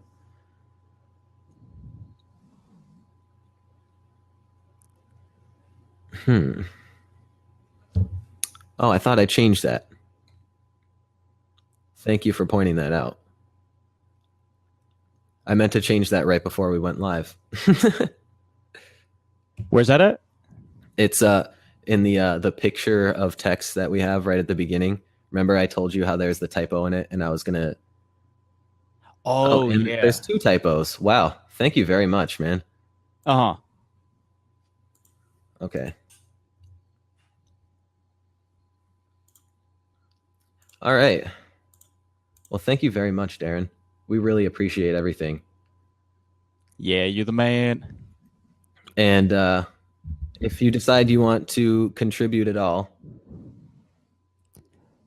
Oh, he was one of the guys from RIT.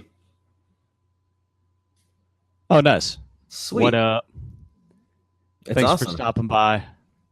If you decide you want to contribute, we'll go ahead and make sure we send you that free T-shirt. Yep. We'll remember you if we see your name on the list. Don't worry, we got you. Indeed.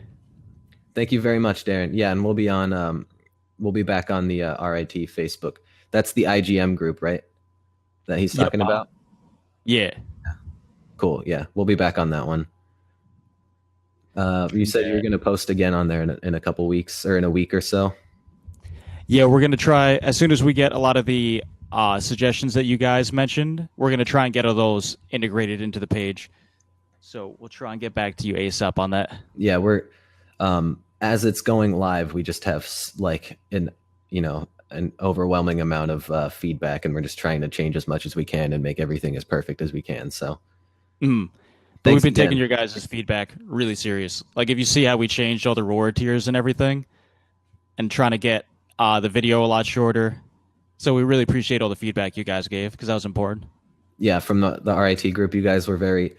I heard some of you were very hard on us, and some were very nice. So, but Yeah, just really only one individual, but everybody else gave very well, that's constructive okay though. feedback. We need constructive criticism. Yeah, a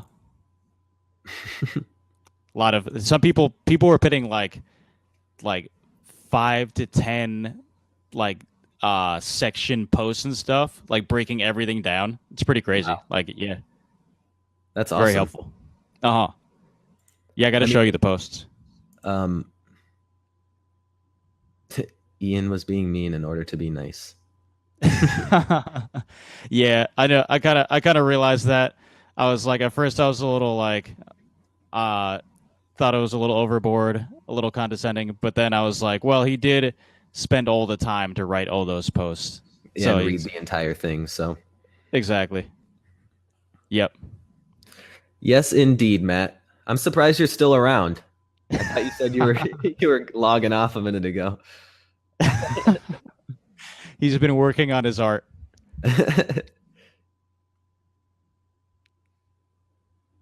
Yeah, seriously.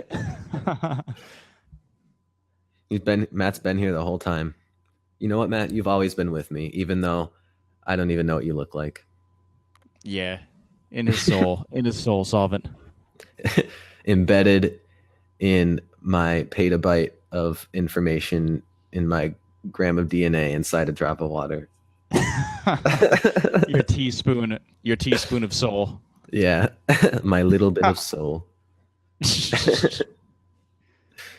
All right, well, about ready to end this. Thanks for joining way at the end, Chris. We're just logging off now. But we're running a special right now. If you happen to contribute while we're still on the live stream, we're going to be sending you a free Hypostatic Studios t-shirt. Okay, it looks like he was not very interested. All right, thank you guys. That's all though. We will be back Yeah, on Kickstarter live stream. In fact, I might even be on again later tonight, but we shall see. Yep, I'm And gonna work. thank you for the entertainment back, Matt. And again, Yeah, thank you so much for all of the feedback, and thanks for sticking around, Darren and Matt. And I think Jurgen's gone, but thanks, Jurgen. And we will be on. Make sure to catch us on the podcast. Make sure to catch our Instagram posts. Any of that. Yeah, our podcast is available on any possible place you can find a podcast: Spotify, YouTube, Google, iTunes, whatever you want. You have anything else to add? Hypostatic, peace out. Have a pleasant sleep. Meet you on the astral arc. See you guys later. Hey, see ya. Astral project. Ah.